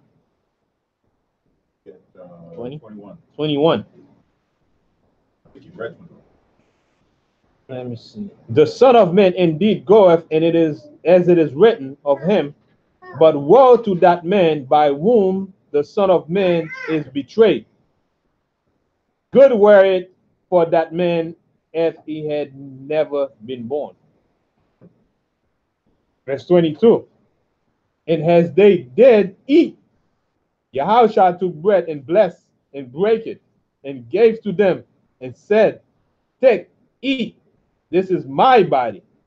And he took the cup, and when he had given thanks, he gave it to them, and they drank of it. And he said unto them, this is my blood of the New Testament, which is shed for many. Verily I say unto you, I will drink no more of the fruit of the vine until that day that I drink it new in the kingdom of power, or the kingdom of God, kingdom of the Most High. Any question, any comments? 26. And when they had sung in hymn, they went out into the Mount Olives, and Yahushua said unto them, all ye shall be offended because of me this night. For it is written, I will smite the shepherd, and the sheep shall be scattered. So he's speaking of the disciples will just leave him at the time when he need them the most for comfort, right? But it was written, that's how he would, that's how it was gonna happen. Verse 28. But after that I am risen, I will go before you into Galilee. But Peter said unto him, although all shall be offended, yet will not I. So Peter is another one that, he's the outspoken one, the zealous one for Yahushua. But you cannot be more zealous, than Yahushua know you, right? So Yahushua know him more than he know himself. Right. Like Yahushua telling them, all y'all gonna be offended at me this night. He said, not me. Not me, Yahushua. Right? At a certain point, when you start to, I don't know, it should have happened a while ago, one would think, but I can't speak out of turn. But all the stuff that Yahushua was doing, saying, teaching, right? You would think that he know what he's talking about. He know what he's saying. He know about things that I don't even know how he know that. Right. Then he said, all was gonna be offended. Yeah, you're all gonna be offended. I ain't gonna happen to me, Yahushua. I'm gonna be right there. He's like, oh, really? Right. That's why I like to go. Things doing, they open for little things right there. Yeah, that's right. You ain't know at the top line. I thought you had something against me. No, man. What you talking about? Hey. Done. So yeah, Yahushua knew Peter. Oh, yeah.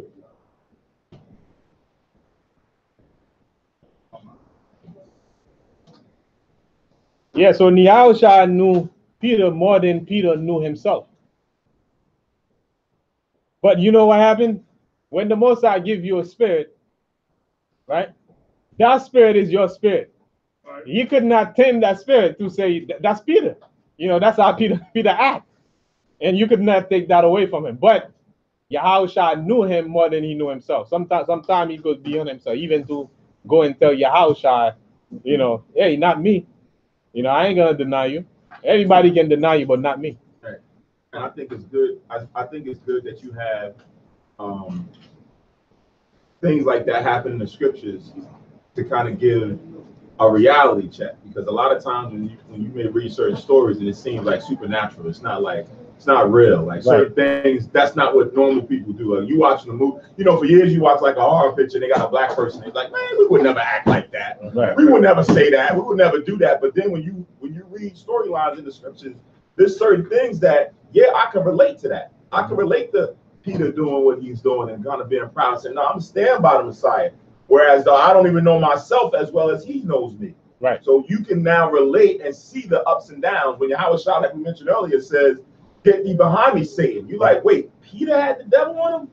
So it's not unrealistic to say that in your church or even in your house, even in you, that you don't have spells where you might have an evil spirit that's on you for a moment. Right? You driving somewhere, you're in the supermarket, you home, you're dealing with something, all of a sudden the spirit comes on you.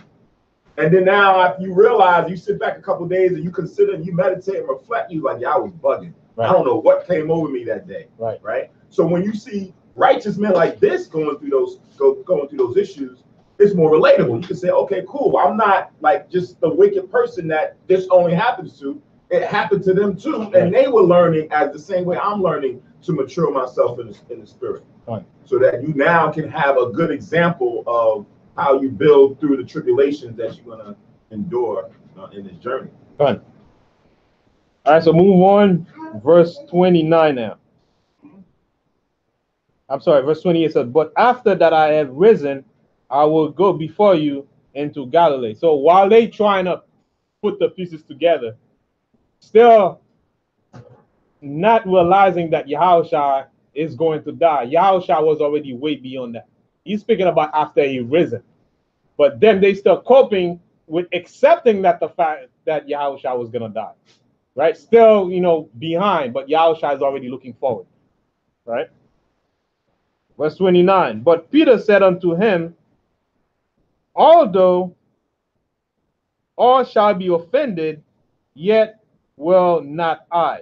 Verse 30, and Yahushua said unto him, verily I say unto thee, that this day, even in this night, before the cock crow twice, thou shalt deny me thrice. And pretty much he gave him the specifics, how he would deny him.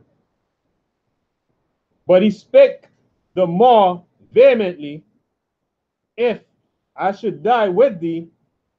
So pretty much Yahushua told him that. Still, he kept pushing it. He kept pushing it. But he spake the more vehemently, if I should die with thee, I will not deny thee in any way. He said, I would rather die with you than deny me. Right? But not to say that he was genuine in his feeling, but the Most High and Yahushua knew how things was going to happen. Right? So again, that was Peter being Peter, not understanding that Yahushua knew things way beyond, his understanding. Verse 32, and they came to a place which was named Gethsemane, and he said to his disciple, sit ye here while I shall pray. And he taketh with him Peter and James and John, and began to be sore amazed and to be very heavy. So he took Peter and James and John. Now they get to see Yahushua at his weakest point. So he took those three for the purpose of, he wanted them to see, him at such a low level, right? So he could have taken the rest of them, but for that purpose, he took only three of them, because that those are the three he wanted to see, that as human villains. right. I mean, not as human feelings in a sense, because he actually wept. When he went to Lazarus, he wept. He showed his feelings, but to be at such a level, he broke down pretty much. That's the level of you breaking down. So he broke down. Yeah, I was somewhat confused at that Lazarus thing. Well, he knew he was going to raise Lazarus back up, so why was he crying? You know what I mean? Why was he crying? Yeah, but he knew he was going to raise him up. I'm praying like that for the kids. But I mean, keep in mind, he's human, right? Right. He felt for the people that was crying, but yet lack of understanding of him being in control of everything, right? So they had belief in him. That's for one, right? For them to call to raise Lazarus. And when he told them Lazarus is not dead, he's sleeping, yet the lack of understanding did not make him understand that he could do it. So to him, I cannot pretty much understand the level of emotion that he has on both ends. But you can almost see that human emotion, and plus the level of power that he has to be able to raise Lazarus, but still they not on that level to understand and give him that props. So it was mixed emotion there on his part. Oh, okay. That's a little bit more clear. All right, so If I could add into that. Mhm. I mean, sometimes, I don't know if you ever, when people die, and you go into a house and people is crying and mourning and everything, it becomes emotional. Yeah. So even though he's doing it, you looking at somebody and they breaking down, and this person on the floor, and they tell us, it sometimes will become emotional, even though, you're going to have this gift to go and heal a person, but, it doesn't say instantaneously you walk in the house and he just went and did it. He probably was there with them and listening and, giving comfort, and then he went and did what he did. But yeah, I can see that, he felt a little bit emotional sitting with the people that was there that he in Lawrence's house at that time. And Yahushua, he went through emotions too. As we're about to read, as he's about to go to this, he's going through emotions too. So it's not like Yahushua is just like this angelic being. He's just stone cold. Like, yo, I'm Yahushua. Like, I don't go through no more. He had to go through those emotions so that we could see him going through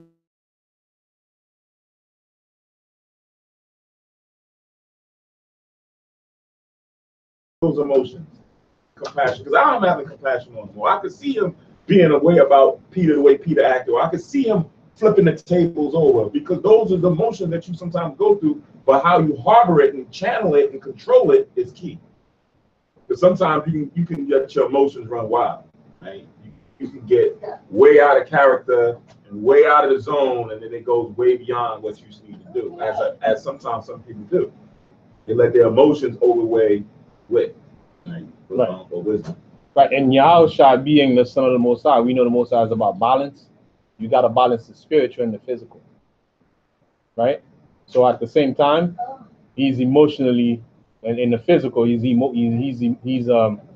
can get very emotional, but not let himself get carried away. So he balanced himself out, right? Not get too, like Kahan Samak said, get like stone cold, right? And not have emotion. So everything had to be balanced with him, because the Most High is about balance, right? So, all right, Manasha. You could just say that the shortest verse in the scriptures, Jesus wept. Right. John, 11:35. Right. So, that's the shortest verse. Anybody with the shortest verse, that's the one. Right.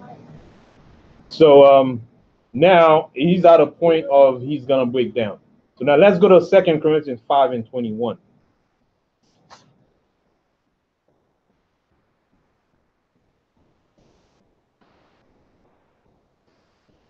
1 Corinthians 5:21. You said first or second? Sorry, second.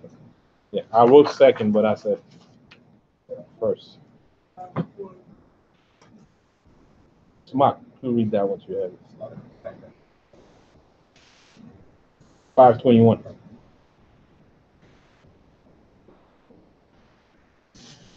This is the scripture that I was looking for last night. Yeah. If I remember. Check it out.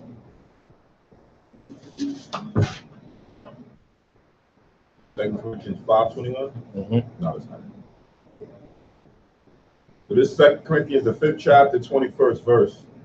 For he hath made him to be sin for us, who knew no sin, that we might be made the righteousness of God in him. Right. So now pretty much the physical pain, Yahushua will go through it because he knew.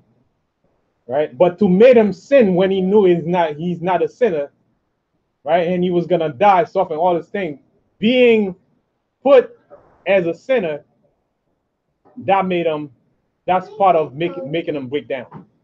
So imagine you're gonna get put to death and you being accused and suffer for something that you did not do. So he was at the point right now, when we read in that verse, he was at the point he broke down. Right? So let's read back in Mark. We have 33. Say that again? We have verse 33. 33. Yes.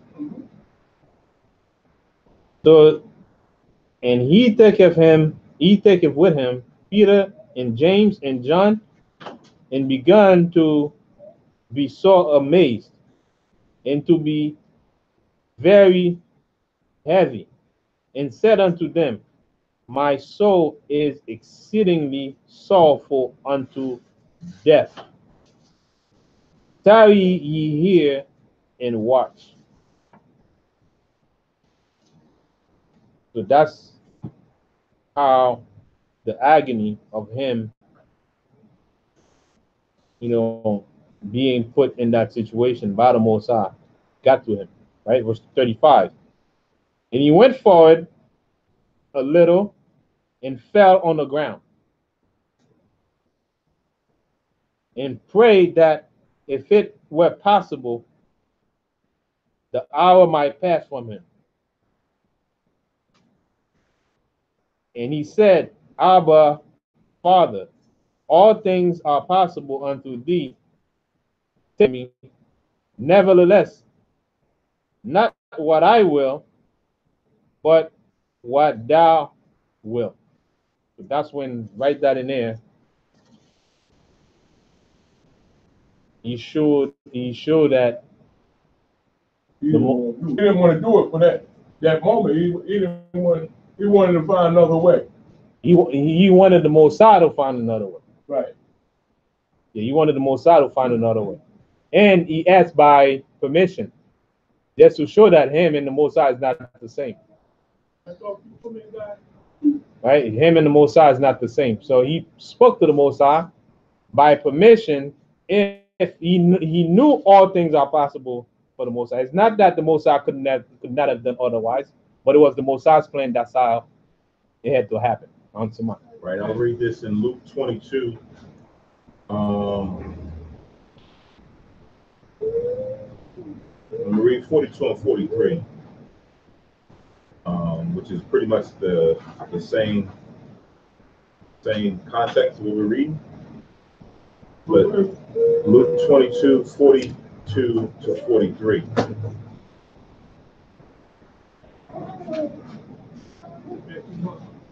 Luke 22, 42 to 43. So it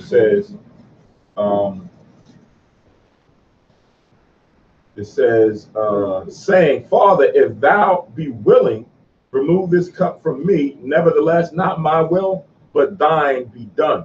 Verse 43. And there appeared an angel unto him from heaven, strengthening him. Right. So this is at a point where he's getting weak because he understands what he's about to endure, what he has to endure. So that's where he's petitioning the Most High. If it's your will, remove this cup, meaning you are the one who has the authority and the power to change the course of what has to happen, right? Remember, if you go back to when Abraham had to sacrifice his son Isaac, Abraham was about to go through it. But what happened? The angel came and said, nah, the Most High got his sacrifice. And there was a sacrifice in the thicket. And he said, go grab that and put that on the altar and go offer it. So now here's Yahushua about to be offered up for the whole nation. But he himself is now feeling what's about to happen. He wasn't sick. A lot of times people who are ready to die, they sick, they got an ailment and they've been suffering for a while. It's like, you know what? I can't do this no more. I'm ready to die, right? I'll bear witness to seeing it, hearing it from people who felt that way. Yahushua was in his good strength. There wasn't nothing wrong with him. He's just now realizing what he had to bear. Right. So he's asking the Father, if you can do, I'm not going to stop. I'm just saying, if it's your will, please remove this cup. Right. So the Most High was like, all right, I see my son is getting a little weak. Let me send one of the angels down there to help build him up, to allow him to endure this whole process. Right.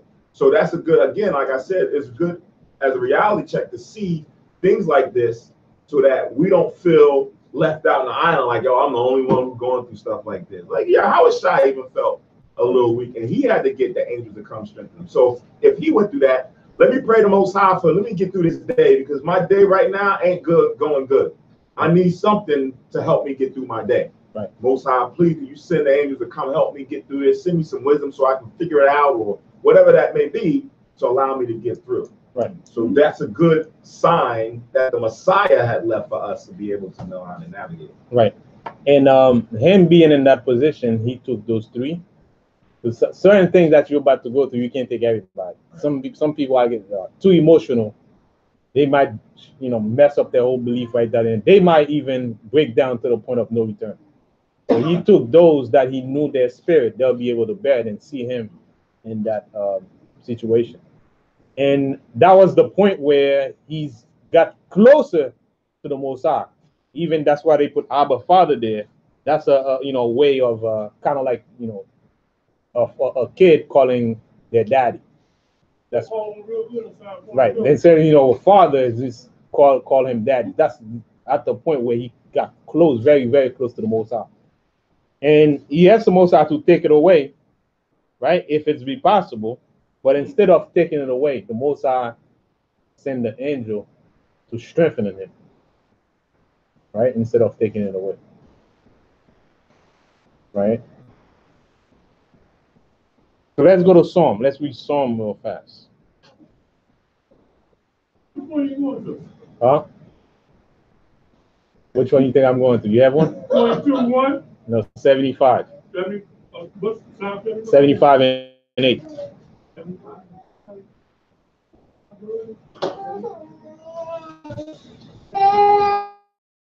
Okay. You want to read it? Lamar, you got it. Not yet. Now, yeah, all right. 5 and 8. Okay. Done. But in the hand of the Lord, this is a cup. It is full of mixture, and he pulls for the cup of the same. But the dregs thereof, all the wicked of the earth shall bring them out and drink them. Right. So when he said the cup, meaning that he's gonna go through. He's a cup full of the affliction that he was gonna go through. The cup of affliction. Also, link that with Jeremiah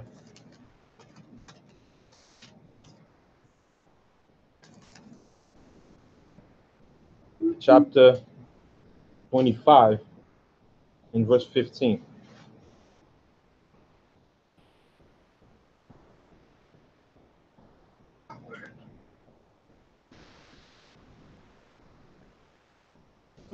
Jeremiah 25:15. Go, you can read that. All right, Jeremiah 25 and 15. The Lord God of Israel, take the wine cup at my hand and cause all the nations I send thee to drink it. Right. So in Yahweh, it's kind of like he's being forced, right, by the Most High to drink. We don't have to drink it. So the same way the Most High loved Yahweh, you can see how the Most High loved Israel. Yahweh to drink the cup so that we don't have to drink it. And he would be the only one to get the job done.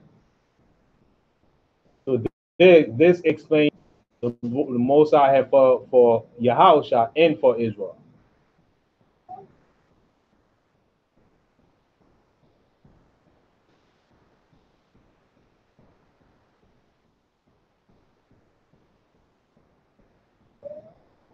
So that alone, at some point in time, this can cause you to break down. I didn't do anything.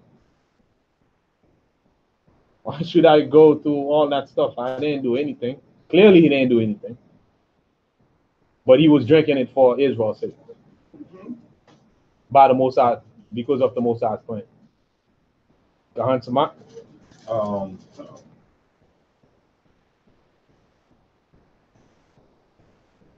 Matthew 20.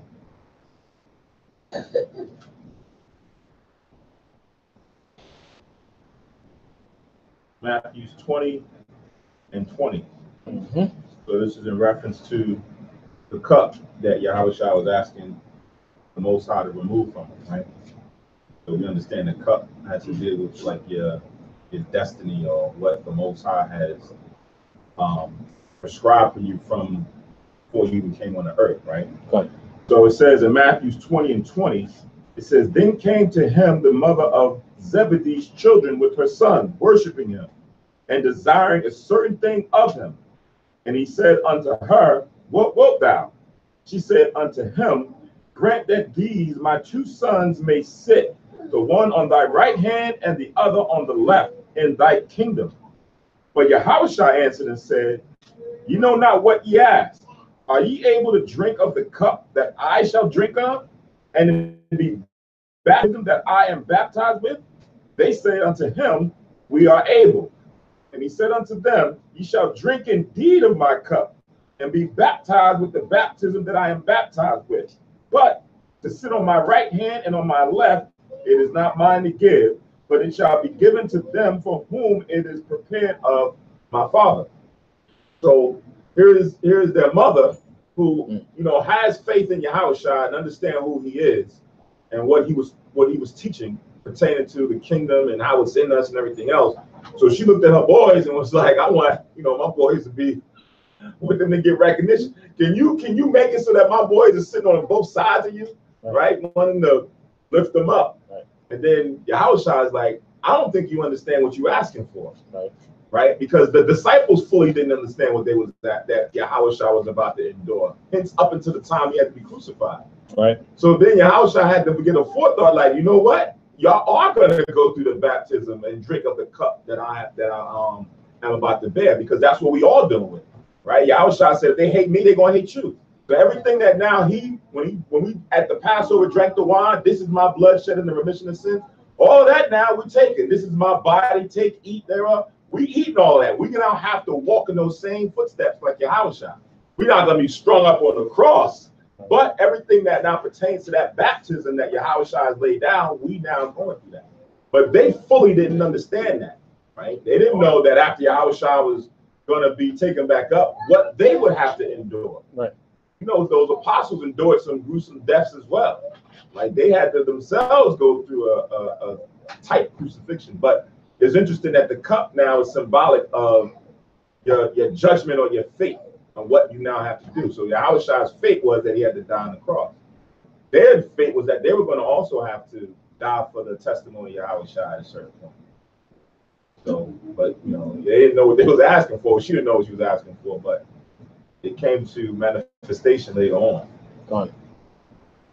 All right. So it's like when you watching a movie and you at the edge and you wonder if the main actor gonna get killed or if he's gonna survive. And then the director have a music in there that's like put everybody on the edge watching. So and that's the point Yahushua was at right there in there. Not that he didn't know, he consented, he made a decision. But even though the actor is not gonna die in the movie, he's gonna do something. But just to see Yahushua there, man, is he gonna go through it or is he not gonna go through it? Is he gonna go through it or is he not gonna go through it? Then boom, something came in, somebody come and give him some help.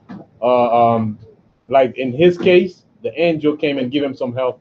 Then he got some more power, and then he continued and went through the affliction that he had to go through. But it's a moment of suspense right there in there.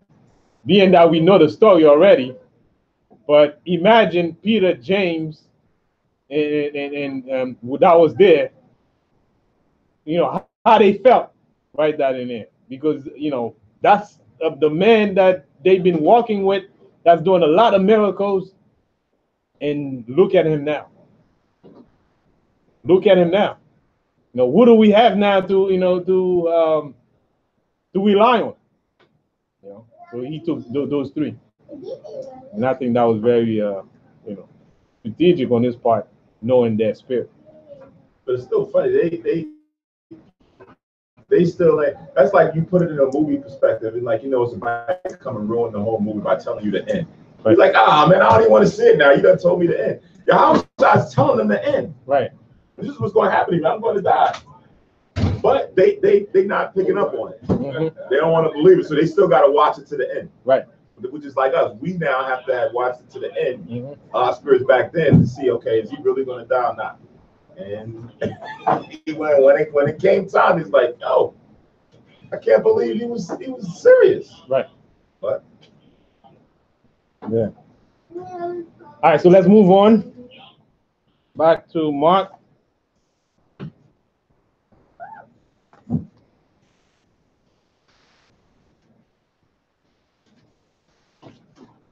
14.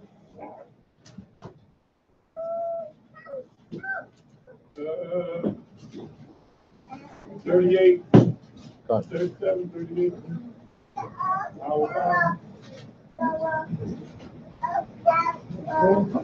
Verse 37.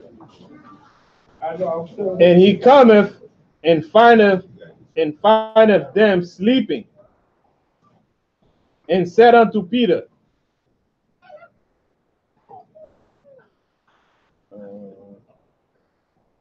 right, and he cometh and findeth them sleeping, and said unto Peter, Simon, sleepest thou? Couldst not thou watch 1 hour? So now Yahushua could use any help, any little bit of help that he can. So he wanted them to stay up, right, to get some comfort. Turn the heat off.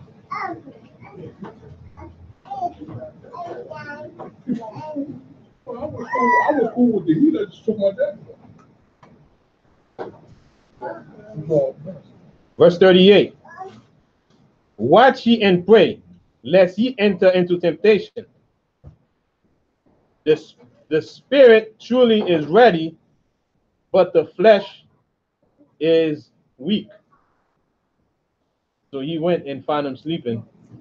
You have a question? Okay. It's going back? All right, go ahead. Is Judas still gonna make the kingdom? I would say yes, because he's an Israelite, right? He's an Israelite, and keep in mind, as the regeneration, Judas might still be around, right? Still doing, his stuff that he's doing in his spirit, and still he's gonna be reborn in the kingdom, but he might have to go to the nuclear destruction if he don't repent in this regeneration when he comes, right? Samak. Right, so this is Romans 11:26. Romans 11:26.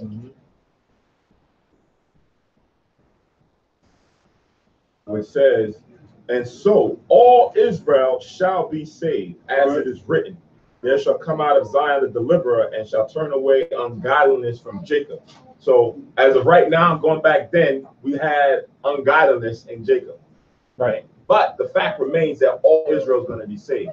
The key, of course, is how you're going to get saved. Are you going to make it through the first resurrection or the second? The first means when Yahushua and angels come back, you redeem. Right. The second is you have to now endure the judgment that comes with ungodliness. Or if you continue to deal with ungodliness, now you have to befall that fate. Right. Right. But then once that happens, and you're in the kingdom, all Israel that's in the kingdom will be righteous. Right. So like you pointed out, through regeneration and childbearing, then that spirit of Judas, if he, stayed the same and died and had to fall that fate in the regeneration in the kingdom, now he'll be a righteous spirit in the kingdom. Hey, excuse me.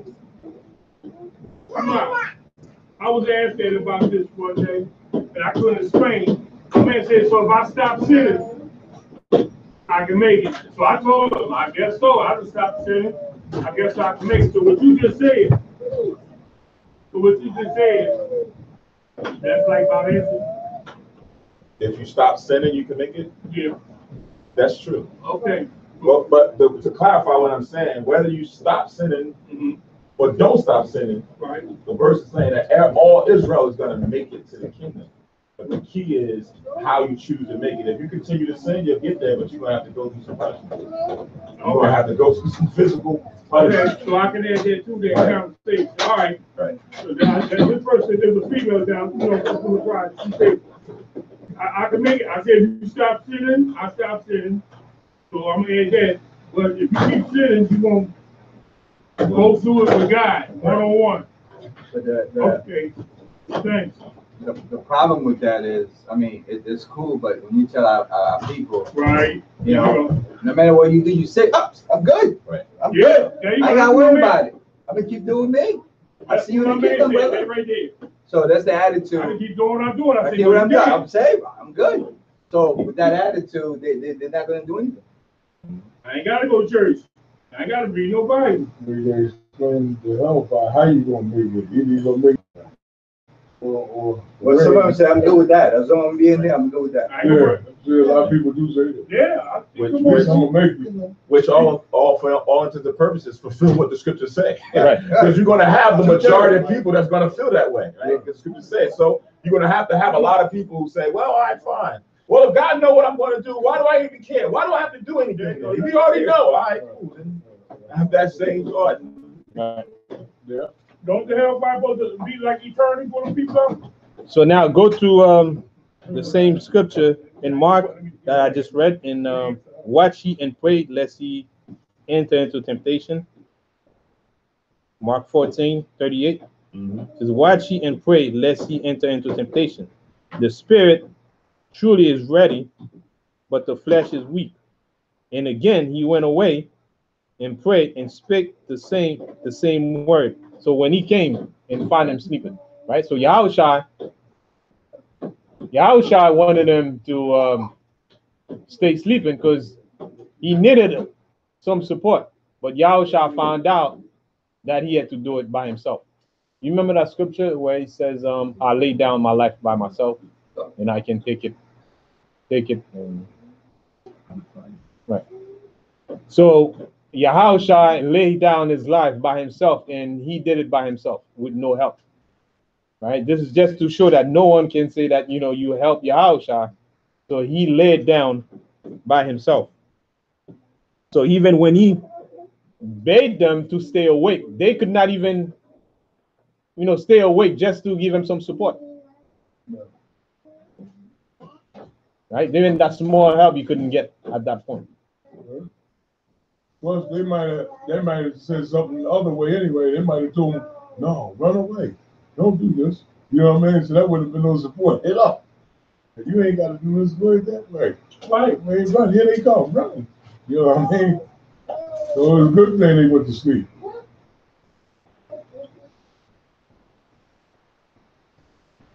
All right. So Mark 14 verse 40 now. And when he returned, he found them asleep again, for their eyes were heavy. Neither was they what to answer him. Right? So they didn't even know what to answer him because their eyes were heavy. They were falling asleep. They couldn't stay up. So now he's gonna tell them, go ahead and sleep. Verse 41. And he cometh the third time and said unto them, sleep on now, and take your rest. It is enough. The hour is come. Behold, the Son of Man is betrayed into the hands of sinners. At that point right now, his spirit got stronger. Right? He tell them, go ahead, just get your sleep. Because in the next hour, game is on. I will be led into the hand of sinners. 42.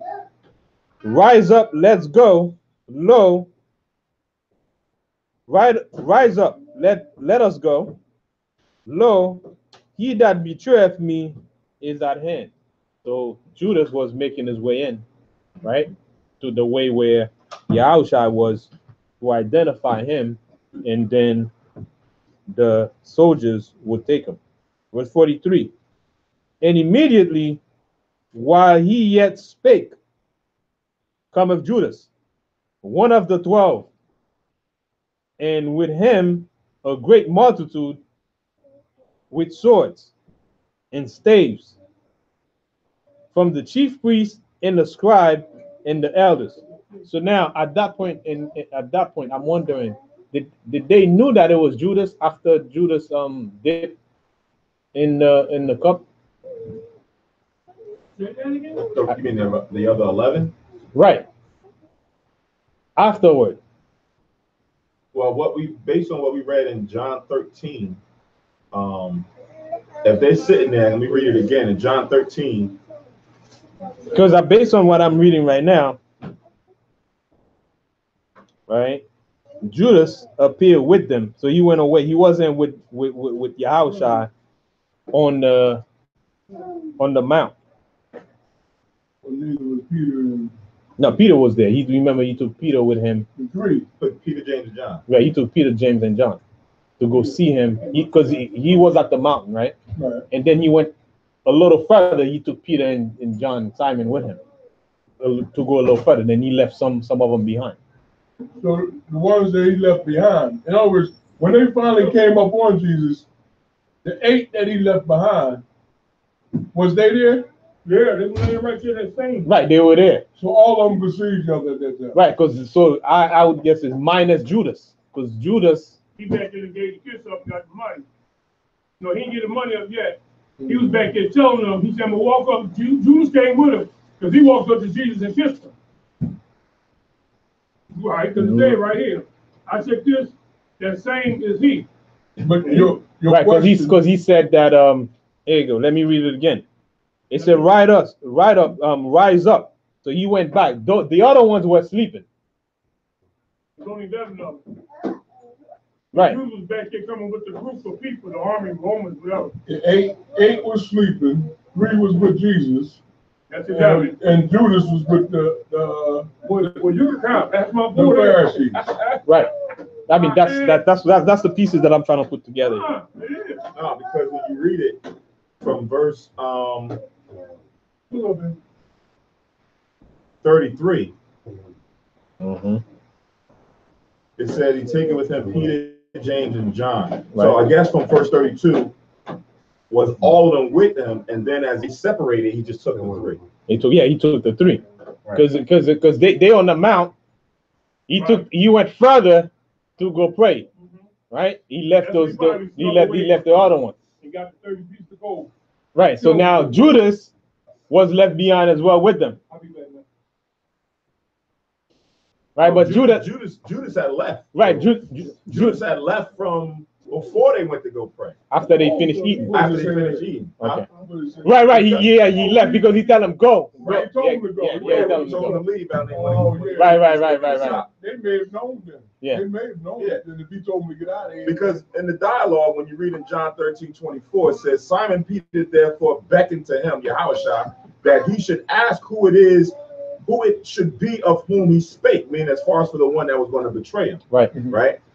He then lying on Yahushua's breast said unto him, Lord, who is it? So now his favorite disciple who's laying on him like, yo, Yahushua, who is it that's going to betray you? Right. Yahushua answered, he it is to whom I shall give a sop when I have dipped it. And when he had dipped the sop, he gave it to Judas Iscariot, the son of Simon. And after the sop, Satan entered into him, and Yahushua said unto him, that thou doest, do quickly. So of course, if he says that, that's the big question at the table. Like who it is. Like Yahushua said, well, the one I give the sop to after I dip it, that's the one. So now I'm sitting there watching Yahushua's hand. I'm like, I want to see what you going to do, right? And you put it in that bowl. I'm thinking to see who he going to give it to, and I'm like, oh snap, it's him, right? And then Yahushua say, look, that was going to do whatever you going to do, go and do. Go ahead, go now. So Judas would have bounced, and everybody at the table would have known. Yeah, this guy here, man, I can't believe it. Like, oh, Yahushua told us that it was one in the midst of us all along. I didn't know it was him. Yeah. You know, and then after the fact, everybody started coming with that. I always knew. You know how he used to always do certain. Yeah. So he was him. Yeah, I was doing something about him, man. Something about him. But you know what? But nobody knew it before. Yeah, afterward, that's what everybody. After the fact, after the fact. Come to fruition, right?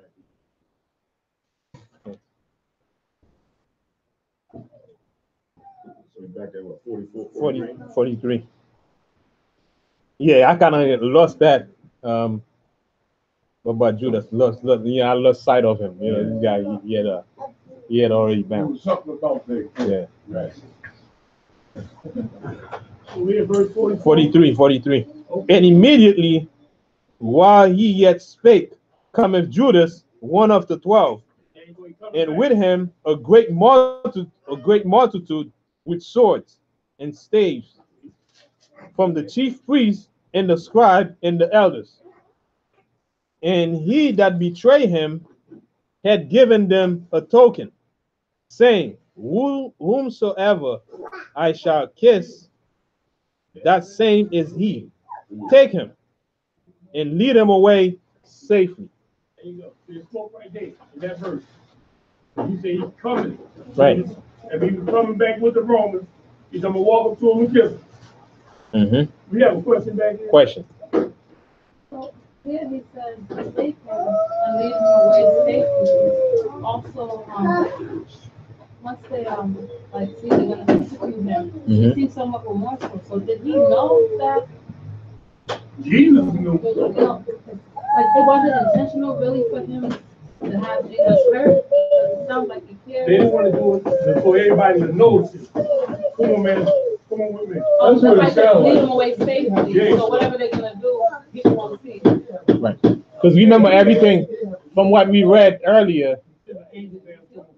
But from what we heard earlier, they scared the people. They didn't want to make an uproar. So let's try to get them by trickery. So however way we can get them safely that nobody knows about, all we got to do, we want to get rid of them. That's the whole thing. We want to get rid of him. Just take him away because he's the one that's messing up our church. Right? He's the one that's doing healing and make the people believe in him. Just take him away. Right? Take him away so nobody has to know. Right? So because they scared the people. It was around the time of the Passover. They didn't want to get him right out in there because they fear an uproar. But the purpose of the Most High established that would happen around the time of Passover, so his blood will replace the blood of the lamb. Right around the time of the Passover. Even though they did not want to do it around the time of the Passover, but the Most High has it where Yahushua has control of that, where that's the time that they would do it. It was around the time of the Feast of Unleavened Bread.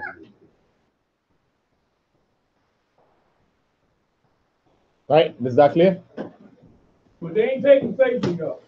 But I guess they did because they put chains around his neck, chains around his wrist, down low, right, jingling, walking down the street. But I think more to your question, what you're asking is, if he's now the betrayer, why is he now remorseful in the end? Right? So when we looked at when the sister Martha poured the alabaster box on Yahushua, right? We saw that Judas is the opportunistic one, right? He was about himself and what he can gain, right? He wanted the money, he wanted the opportunity to get more money, and he's like, all right, I'll give him up. At this time, Judas is just like the rest of them. He doesn't know that Yahushua's really got to die going towards this thing. He's just now looking to see, okay, all right, they're going to take him away. Now he's out of the way, and now they can do what they need to do. He'll just be locked up somewhere, held up by the Romans. But things begin to escalate once he's now in control of the Romans. So, of course, at a point when you now sit back and you start looking at it, you're like, oh, snap. Like, yo, this is really, like, took off. Like, I didn't know all this was about to happen. And it happened. So, in the same context where the other 11 didn't believe Yahushua that these events was going to happen, of course, Judas is not contemplating and considering everything that's about to happen. Yahushua fully understands everything that's going to happen. He's the one sending him to put all those things in motion. Right? And I think later on, when you get to the storyline, when he realizes it, he's like, I don't even want the money. Like, I'm like, oh man, but you know, not to go so far ahead, because I know we should talk about it then, but it puts again into perspective a lot of our behaviors, the choices that we make have consequences with them, right? So the choice that Judas made to take this road had consequences associated with it. So now it makes us to consider, like, the things that we choose to do, say, or not say. There's consequences that go with that. So you now have to make sure that you're real careful in making decisions on how you move in society, so that certain things will come back on you. So you sometimes you want to take that extra 2 seconds that says, you know what? All right, yeah, this is I'm cool with this decision, as opposed to just being hasty and rash and just looking out for, you know, careless things that you may think that you can just get temporal. So with him, that's the price you pay when you play. So 40, 46.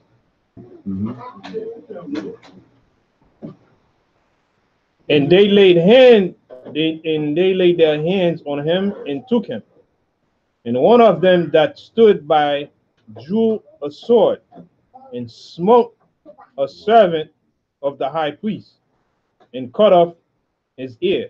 And Yahushua answered and said unto them, Are ye come out as against a thief with swords and with staves to take me? I was daily with you in the temple teaching, and ye took me not, but the scriptures must be fulfilled. So they could have taken him at the time when he used to go in the synagogue, but that didn't happen because the timeline did not yet meet. I think that was more so for their conscience Mm-hmm. than anything, because of course he knew everything. That's why he says, "But the scriptures must be fulfilled." But that saying was more so for their conscience, as to say, right. Yeah, why is it that we now coming to get him right now? He was doing all this stuff all the time. Like, he was saying all this stuff. Like, why nobody grabbed him or took him then? Right. Why are you coming at this? So what's going to be the accusation? Every day. Right. But I get it. Scriptures got to be fulfilled. I think he was picking with him. Right, but that's what I say. It was more for their conscience. Oh, okay. Yeah. But they couldn't touch you, right? They couldn't touch you because it wasn't his time. Okay. Mm-hmm. Man, we've been trying to get you for a long time. What you mean, why? I don't know how you got away with it.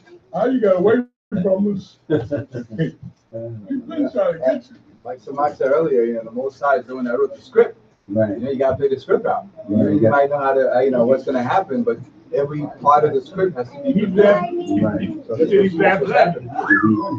And then he knew how to transfigure himself. Disappearing. Or right in the room, or right back. So, Right. So pretty much there, they try to retaliate. They try to retaliate, but Yahushua didn't let it happen. Right? He calmed him down. Right? Not only that, he could have called down an angel and then get rid of them right down in there. right. But he calmed it down because that was not part of the script. Right? So back to 49, right? No, 50.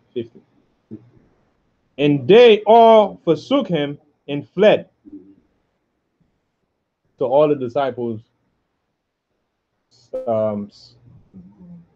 ran. And he told them that was going to happen. And there followed him a certain young man having linen clothes cast about his naked body. And the young man lay hold on him. And he left the linen cloak and fled from them naked. Whoa. And they led Yahushua away to the high priest.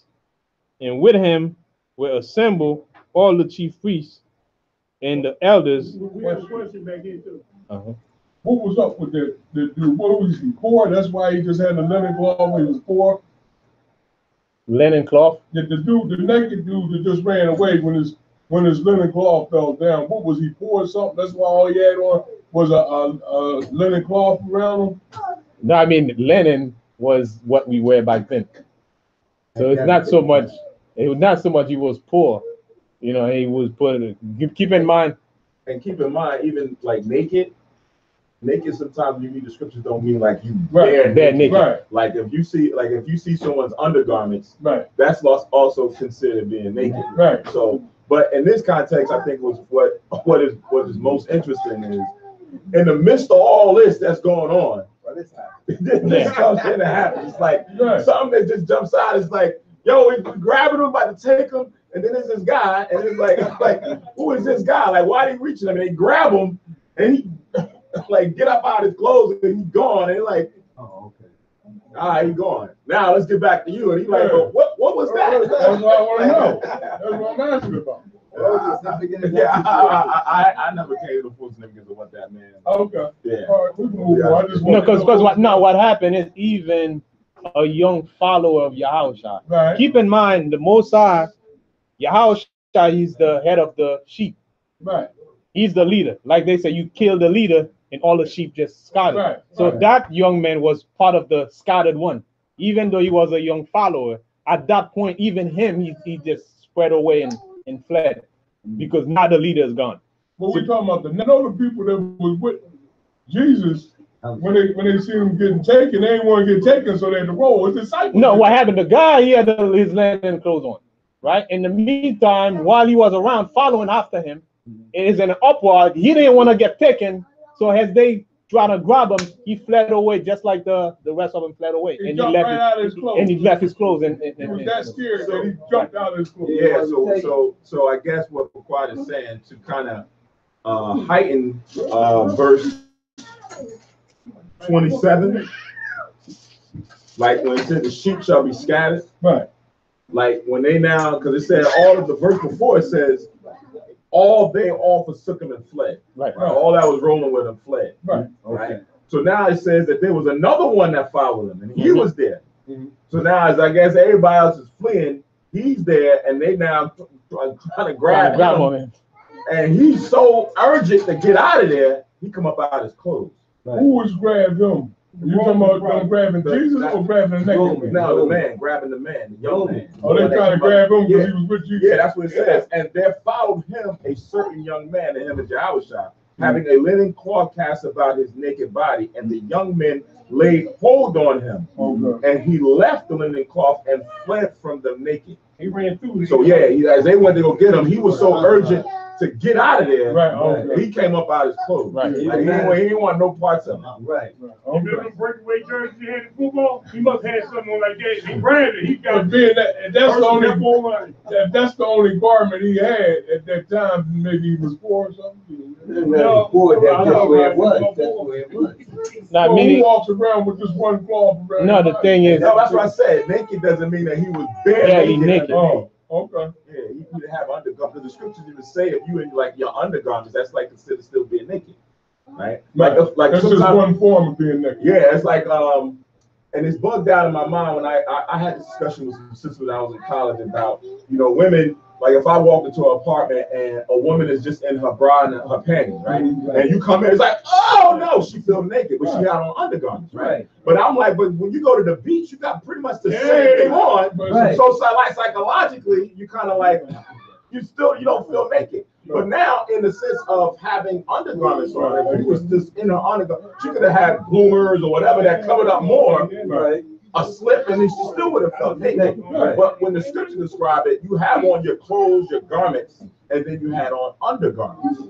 So now it's just that you just don't have on, like, how the Greeks and the Romans do, where they just have a sheet about them. Oh yeah. And they don't have nothing on underneath. Right. We didn't roll like them. We still had undergarments on, but it was not permissible for you to just be out with your undergarments on. That was still looked at as being naked. So it's not, I wouldn't put it like he was so poor that he couldn't have any undergarments on. He just had a linen cloth just thrown around him and he out and about like a Grecian. I guess the question is, what was the purpose of that particular event? What did that particular event play? I think what Quad is saying is that it showed how vehement everybody wanted to leave Yahushua alone. Like they said in that moment right, he was being taken, the disciples fled, and others who was there with them, it wasn't just him, it was probably, as I said, another young man that was there that was followers of his teaching. When they knew that he was with them, out, right? So much so that even Peter, when Peter was like, "I'll never forsake you," and I was like even you're going to deny me 3 times, and the cock on the crow, and it kind of shows you that how everybody was afraid of that consequence happening to them. You're afraid. gone. At that point right now, you don't want to get locked up, knowing that the Romans, they kill you, they crucify you and put you on the cross. You didn't want to be part of that. Right. But now on the flip side, right? On the flip side, because that happened to them back then. Right. They didn't know what they didn't know. Now we know in the future, looking back on what happened and how that was kind of shameful, that they all bounced, right? So now if you come into today's time and we're in certain similar type circumstances, right? do we now say, oh, I'm all about to bounce too? It's like, nah, I'm not gonna be, in my mind, I'm not gonna be willing to run. I'm just gonna have to bear with it based on what I've seen the reward is for those that's gonna stand true. There's still gonna be some people running. It is still gonna be some. The same way it's gonna be people who's here now. It's not gonna be here. Some of them gonna run, right? But then you'll have some that will just say, you know what? All right, I ain't running.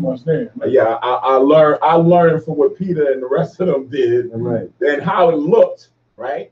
Because Peter didn't know how it was gonna look until it happened. That's why he was gonna get remorseful, because he realized, like, oh man, I can't. But first Peter was all for fighting though. First, he changed his mind. Yeah, when he started to see what was going down, he changed his mind. According to the no. After the fact, when they had him in ward, and they started saying, "Hey, ain't you with him?" No, I ain't with him. He turned himself. But Jesus changed Peter's mind. Peter would have fought to the end. Because he cut the boy off. After that. Right. What I'm saying though, I see Go Bar's point. As he cut that boy off, Jesus told him, put your sword down. This is supposed to happen. Right. So he told him not to fight. Right. So Peter might have kept fighting. Okay. But Yahushua is going to give him the order to stand down. Right. So he stands down. Right. Okay. So now we continue on. Right. And now he's just there. It ain't even about fighting. It's just being to say, ain't you with him? Right. They ain't fighting. He just say, ain't that your boy right there? Right. No, that ain't my boy. And he ain't going to say, nah, that ain't my boy. He gonna wow out and say, "Oh, that ain't my boy." I ain't never seen him before. Because what happened? So that's a different spirit from I'm ready to fight, but you don't want me to fight. I don't see that. That's like me and you, Gabar. Me and you step outside right now. Somebody coming to fight me, right? And you want to step in and say, "Nah, you ain't gonna touch my man." I say, "No, Gabar, don't do nothing. Just let it happen." You like, all right. But then now the time passed, and we walk down the block, and somebody say, "Oh, wasn't you with that boy Samant? You was ready to fight." Right. Now all of a sudden, you don't even know me. Because it's too many of them. You told me to stand down. I told you to stand down. I ain't say that you don't even know me. Why you switch up now? You don't even know me. If you didn't want me fighting then, I ain't gonna fight now, man. I ain't even asked you to fight. I'm just saying you don't know me. Because I'm not going to die. Well, but see, that's even worse. There you go. Exactly. Right. You said if this man ain't fighting for himself, why should I go and give my life? If he ain't fight, he don't want to fight. So why should I go and give my life for him? But so you gonna say you don't know him? Right. Yeah. Right. There you go. Give me your question. I don't know if I pour my life out and do damage to me. Because I mean, here's what happened, right? In the heat of the moment, when the thing just happened, you have a gun, you're gonna pull it, or you have a sword, you're gonna act it. Now, when you see the whole crew is coming after you, now you by yourself now. Now your heart starts pounding, you're gonna say, man, I didn't know this guy. I'm in your castle. At least out there I had a chance to run, but now I'm in the castle. Yeah, because that's what they were standing there when they were talking. So I can't even run because they surrounded me. I don't know. That's what I'm saying. But out there, you had a chance to fight and probably run away. But now you ain't really down with him in the first place. Well, I was. But we ain't gonna do it. You know what I mean? I'm just saying, that's common sense. I mean, that's a logical emotion as far as the fair and death. But the key about it, he loved. That's why Yahushua said, "You're going to deny me. You're going to deny me many times when the opportunity comes." Because what happened is, around the time, the rest of the disciples, they were there. So there was, he had backup. But now he was afar following Jesus by himself, and the crew was there, right by himself. Now he felt like, man, now I don't know. You know what I mean? He didn't have the support. And plus, he ain't got nobody to help him fight. He has no support. It's crazy for him to say that. I mean, I know y'all understand that. I understand. I don't know. I'm in a room and I ain't got nobody around me. And I'm supposed to say, yeah, I was with him. No way. No way. But it's too many of them. Right, but again, it was Peter's own word that said, "Nah, I ain't going to be the one." Yeah. Oh, yeah. I'm not gonna be the way everybody else, because he told them all of y'all gonna be offended. He said y'all fight unto death. Yeah, he said, nah, not me. I'm gonna be there. Right. And he was like, okay, you don't know the future, you don't know what's coming. Well, he attempted to throw down. He attempted to throw down. Yeah, he did throw down. He cut his hair off. He attempted, you know what I mean? What else can you do? He was more. He attempted to go to war with him. Right. But he told him stand down. But see, I can't fully go there because did we read it yet? No, we didn't read. So he cut his ear off. Yeah. Yahushua picked the ear up off the ground and put the ear back on the man's head, right? Right. And you seeing this. Now his ear is working, he can still hear. Right. And the guard sat there and looked at it. Still in my mind, you would say, yo, this guy, he got the glow, he got everything. Right. Like, if you cut his ear off and you don't put it back, and I'm like, all right, I'm good. I'm rolling with you. And I think Peter was in a state of confusion because they come to fight. And I pull my sword, and that's what the sword is for. I cut his ear, and then he's taking it and put it back. At that point, he said, "Man, you on your own, buddy. You on your own. I don't know you." Right, because in his mind, in his human mind, he don't understand Yahushua. He doesn't understand Yahushua. This guy is too nice. He's coming to get you, man. You put this hair back on, let him play it now. You know what I mean? Yeah. So he was just following from far and to see what the next thing was gonna be because he didn't understand the whole thing. But he just so happened they asked him. He said, "Nah, I don't know him." They was gonna get him. If he didn't told him they knew him, he'd have been up on the cross. Right? Come, so let's go back to Mark. We have 53, bro. 53. I'm right in the having fun. And they led Yahushua away to the high priest. And with him were assembled all the chief priests and the elders and the scribes. And Peter followed him afar off, even into the palace of the high priest. And he sat with the servants and warmed himself at the fire. Right? Yeah. Hey, what? No, He's getting comfortable. Right. You know, since me freezing, I'm like, hey, hold on, Jesus. I want to see what's going to happen to Jesus, but I ain't going to freeze. And the chief priests and all the council sought for witness against Yahushua to put him to death. So they going around trying to look for witness. As they looking for witness, they looking for people who know him, who they can pick out of the crowd, right? So they're gonna come. It says in verse 56 now. Get that last part. Found none. And found none. Yes, it says sought for witnesses against Yahushua to put him to death and found none. For many bear false witness against him, but their witness agreed not together. That's funny thing about that is you got a lot of false witnesses, but now your story's gotta add up. Like you can't say one thing that's false, and then his thing is false, but it ain't the same as what you're saying. Right. It's gonna fall through. So we ain't got the right guys yet. All of y'all is coming, but y'all ain't all together. Okay. Verse 57. And there arose certain and bare false witness against him, saying, we heard him say, I will destroy this temple that is made with hands, and within 3 days I will build another made without hands. But neither so did their witness agree together. And the high priest stood up in the midst and asked Yahushua, saying, answerest thou nothing? What is it which this witness against thee? But he held his peace and answered nothing. Again, the high priest asked him and said unto him, art thou the Christ, the Son of the Blessed? And Yahushua said, I am.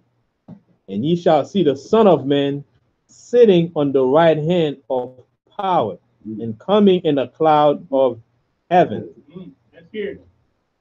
Then the high priest rent his clothes and said, what need we any further witness. It said, "Your Honor," it said, "Your Honor, I'll rest my case." He coming back in clouds. So the high priest ripped his own clothes off, not Jesus' clothes. No, he ripped his own clothes because that hit him to the core. Right. Because they didn't believe in Yahushua and what he was teaching. Right. Right, and that goes contrary to what they taught in the synagogue, saying Yahushua saying that he's the Son of God. Right. Right. So, but he held his peace and answered not. I'm sorry. 63. And the high priest rent his clothes and said, What need we any further witnesses? 64. Ye have heard the blasphemy. What think he? And they all condemn him to be guilty of death. And some began to spit on him, and to cover his face, and to buffet him, and to say unto him, Prophesy. And the servants did strike him with the palms of their hands. And as Peter was beneath in the palace, there cometh one of the maids of the high priest. So hold on. So remember, now this is going into the psyche of Peter, right? So now Peter is there checking this out, and he sees Yahushua says what he says, right? So the priests and them, they go into the law where it says anybody that blasphemes got to be put to death. That's the law. Right. So now they taking his own words and say, okay, he blaspheming, he got to be put to death. Okay. So now it's time to go and start, roughing Yahushua up. So right. They put a thing over his face, and they hitting him, spitting on him, and they like prophesy, meaning like, who hit you? Who did that? Who right? Did that? You can't see anything. You can prophesy. Tell me who just hit you. Right. So now, if you seeing this after you seen Yahushua put the man ear back on his head, and you witnessing him doing this to Yahushua, which you had never seen anybody do to Yahushua, now you seeing all this going down, you like, oh snap. I'm like, hold up. Like they punching Yahushua, they spitting on him, like that's ultimate disrespect. Right. And he's not doing anything. Right. It's like, oh man, like now this is real. Right. Now he ain't showing his miracles, powers, and doing anything. It's like, oh man, he's taking it. Right. I couldn't do that to that guy. Now he's taking it. Right. So now it's going to play into what is going to now come. That's going to follow after. Right. And he's getting scared. Right. And Yahushua, in a sense, even though he was on trial, so when you're on trial, you got to ask questions, and the accuser got to answer. Yahushua didn't answer anything. To them, it was them that was on trial instead of Yahushua that was on trial. Right? So they get to the point where anything that he opened his mouth and said, he would be guilty no matter what. Right. But he knew that. Right, he knew that. He knew that too. That's why he kind of waited and built up the right, it was like a waste of time. Building up the suspense, because any person who is not guilty of a crime that they've been committed for, you're gonna object to everything. You're gonna be like, yo, you ain't saying no object. I ain't do none of that. Right. You just standing there like, I'm just passing time. Yeah, he ain't said nothing. And they're like, all right, let me give him one that they can hang me on. And he gave him one. He's like, all right, you gotta be put to death. That's it. Death. Right now, if it was never that, then he would have never been charged to put to death. If he wouldn't have said what he said, they couldn't have hung him on the law to be put to death. Right. But now what he's saying, they're like, all right, that's right. The law. You got to execute the law. Right. Because put to death. And we never said he was the Son of God. Right. And they ask him. They've tried to get some word out of him. Right. They say, they saying all these things. You didn't say nothing because they want to get something. They want a feedback. So as soon as he gave that feedback, that's it. I'll be back coming in the cloud. That was too much. That's not a God when I came back. Did you hear what he said? I think the bigger ones would say that he was going to be sitting on the right hand of the Most High. I was like, oh, this guy is sitting with God. Right? That was too much. That was too much. Yeah. The other ones probably wouldn't have mounted up to being put to death. That's why Yahushua ain't answer none of that. Right. Like, no, what? The temple? Who break down the temple? What's that? Gonna give me what, 40 years? That's not good enough. Yeah. I'm gonna give you one. Right? You got to give him one that's worthy of being put to death. All right, so let's move on. 66. And as Peter was beneath in the palace, there cometh one of the maids of the high priest. And when she saw Peter warming himself, she looked upon him and said, and thou also was with Jesus of Nazareth. She snitched on him. For 68. But he denied, saying, I know not. Neither understand I what thou sayest. I don't even know what you're saying. And the word of today, that's what she said. I don't know what you're talking about. See, that's something we would say for sure. Now I don't know what you're talking about. It says, saying in 68. But he denied, saying, I know not, neither understand I what thou sayest. And he went out into the, as he's saying that, this guy's walking away. Because he's like, what's next? They probably gonna stand there. Somebody now trying to put something together. I'm out of here.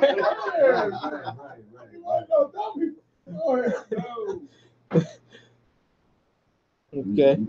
And he went out into the porch, and the cock crew. And a maid, saw him again, and began to say to them that stood by, this is one of them. And he denied it again. And a little after, they that stood by said again to Peter, surely thou art one of them. For thou art a Galilean. So he identified him by nationality and everything. So, they spotted him out. And thy speech agreed thereunto. His accent just gave it away too. Right? Verse 71. But he began to curse and to swear, saying, I know not this man of whom you speak. 3 times. That's all, man. Cursing, saying all kind of stuff. You know how Jake get, well. Yeah, man. Curses, swear, and say all kind of stuff. I don't know that, you gotta the Bible is here. He's black. Everybody here, man. With that, we talking to. Verse 72. Was that word out there? And the second time,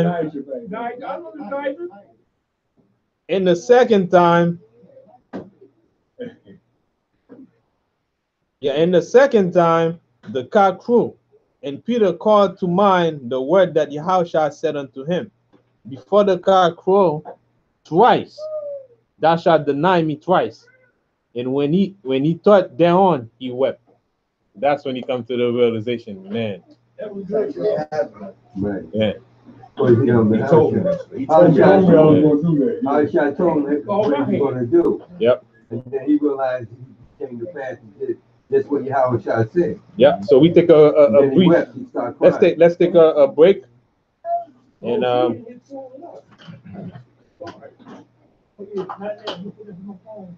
we'll be back at 2:15. Yeah, 2:15.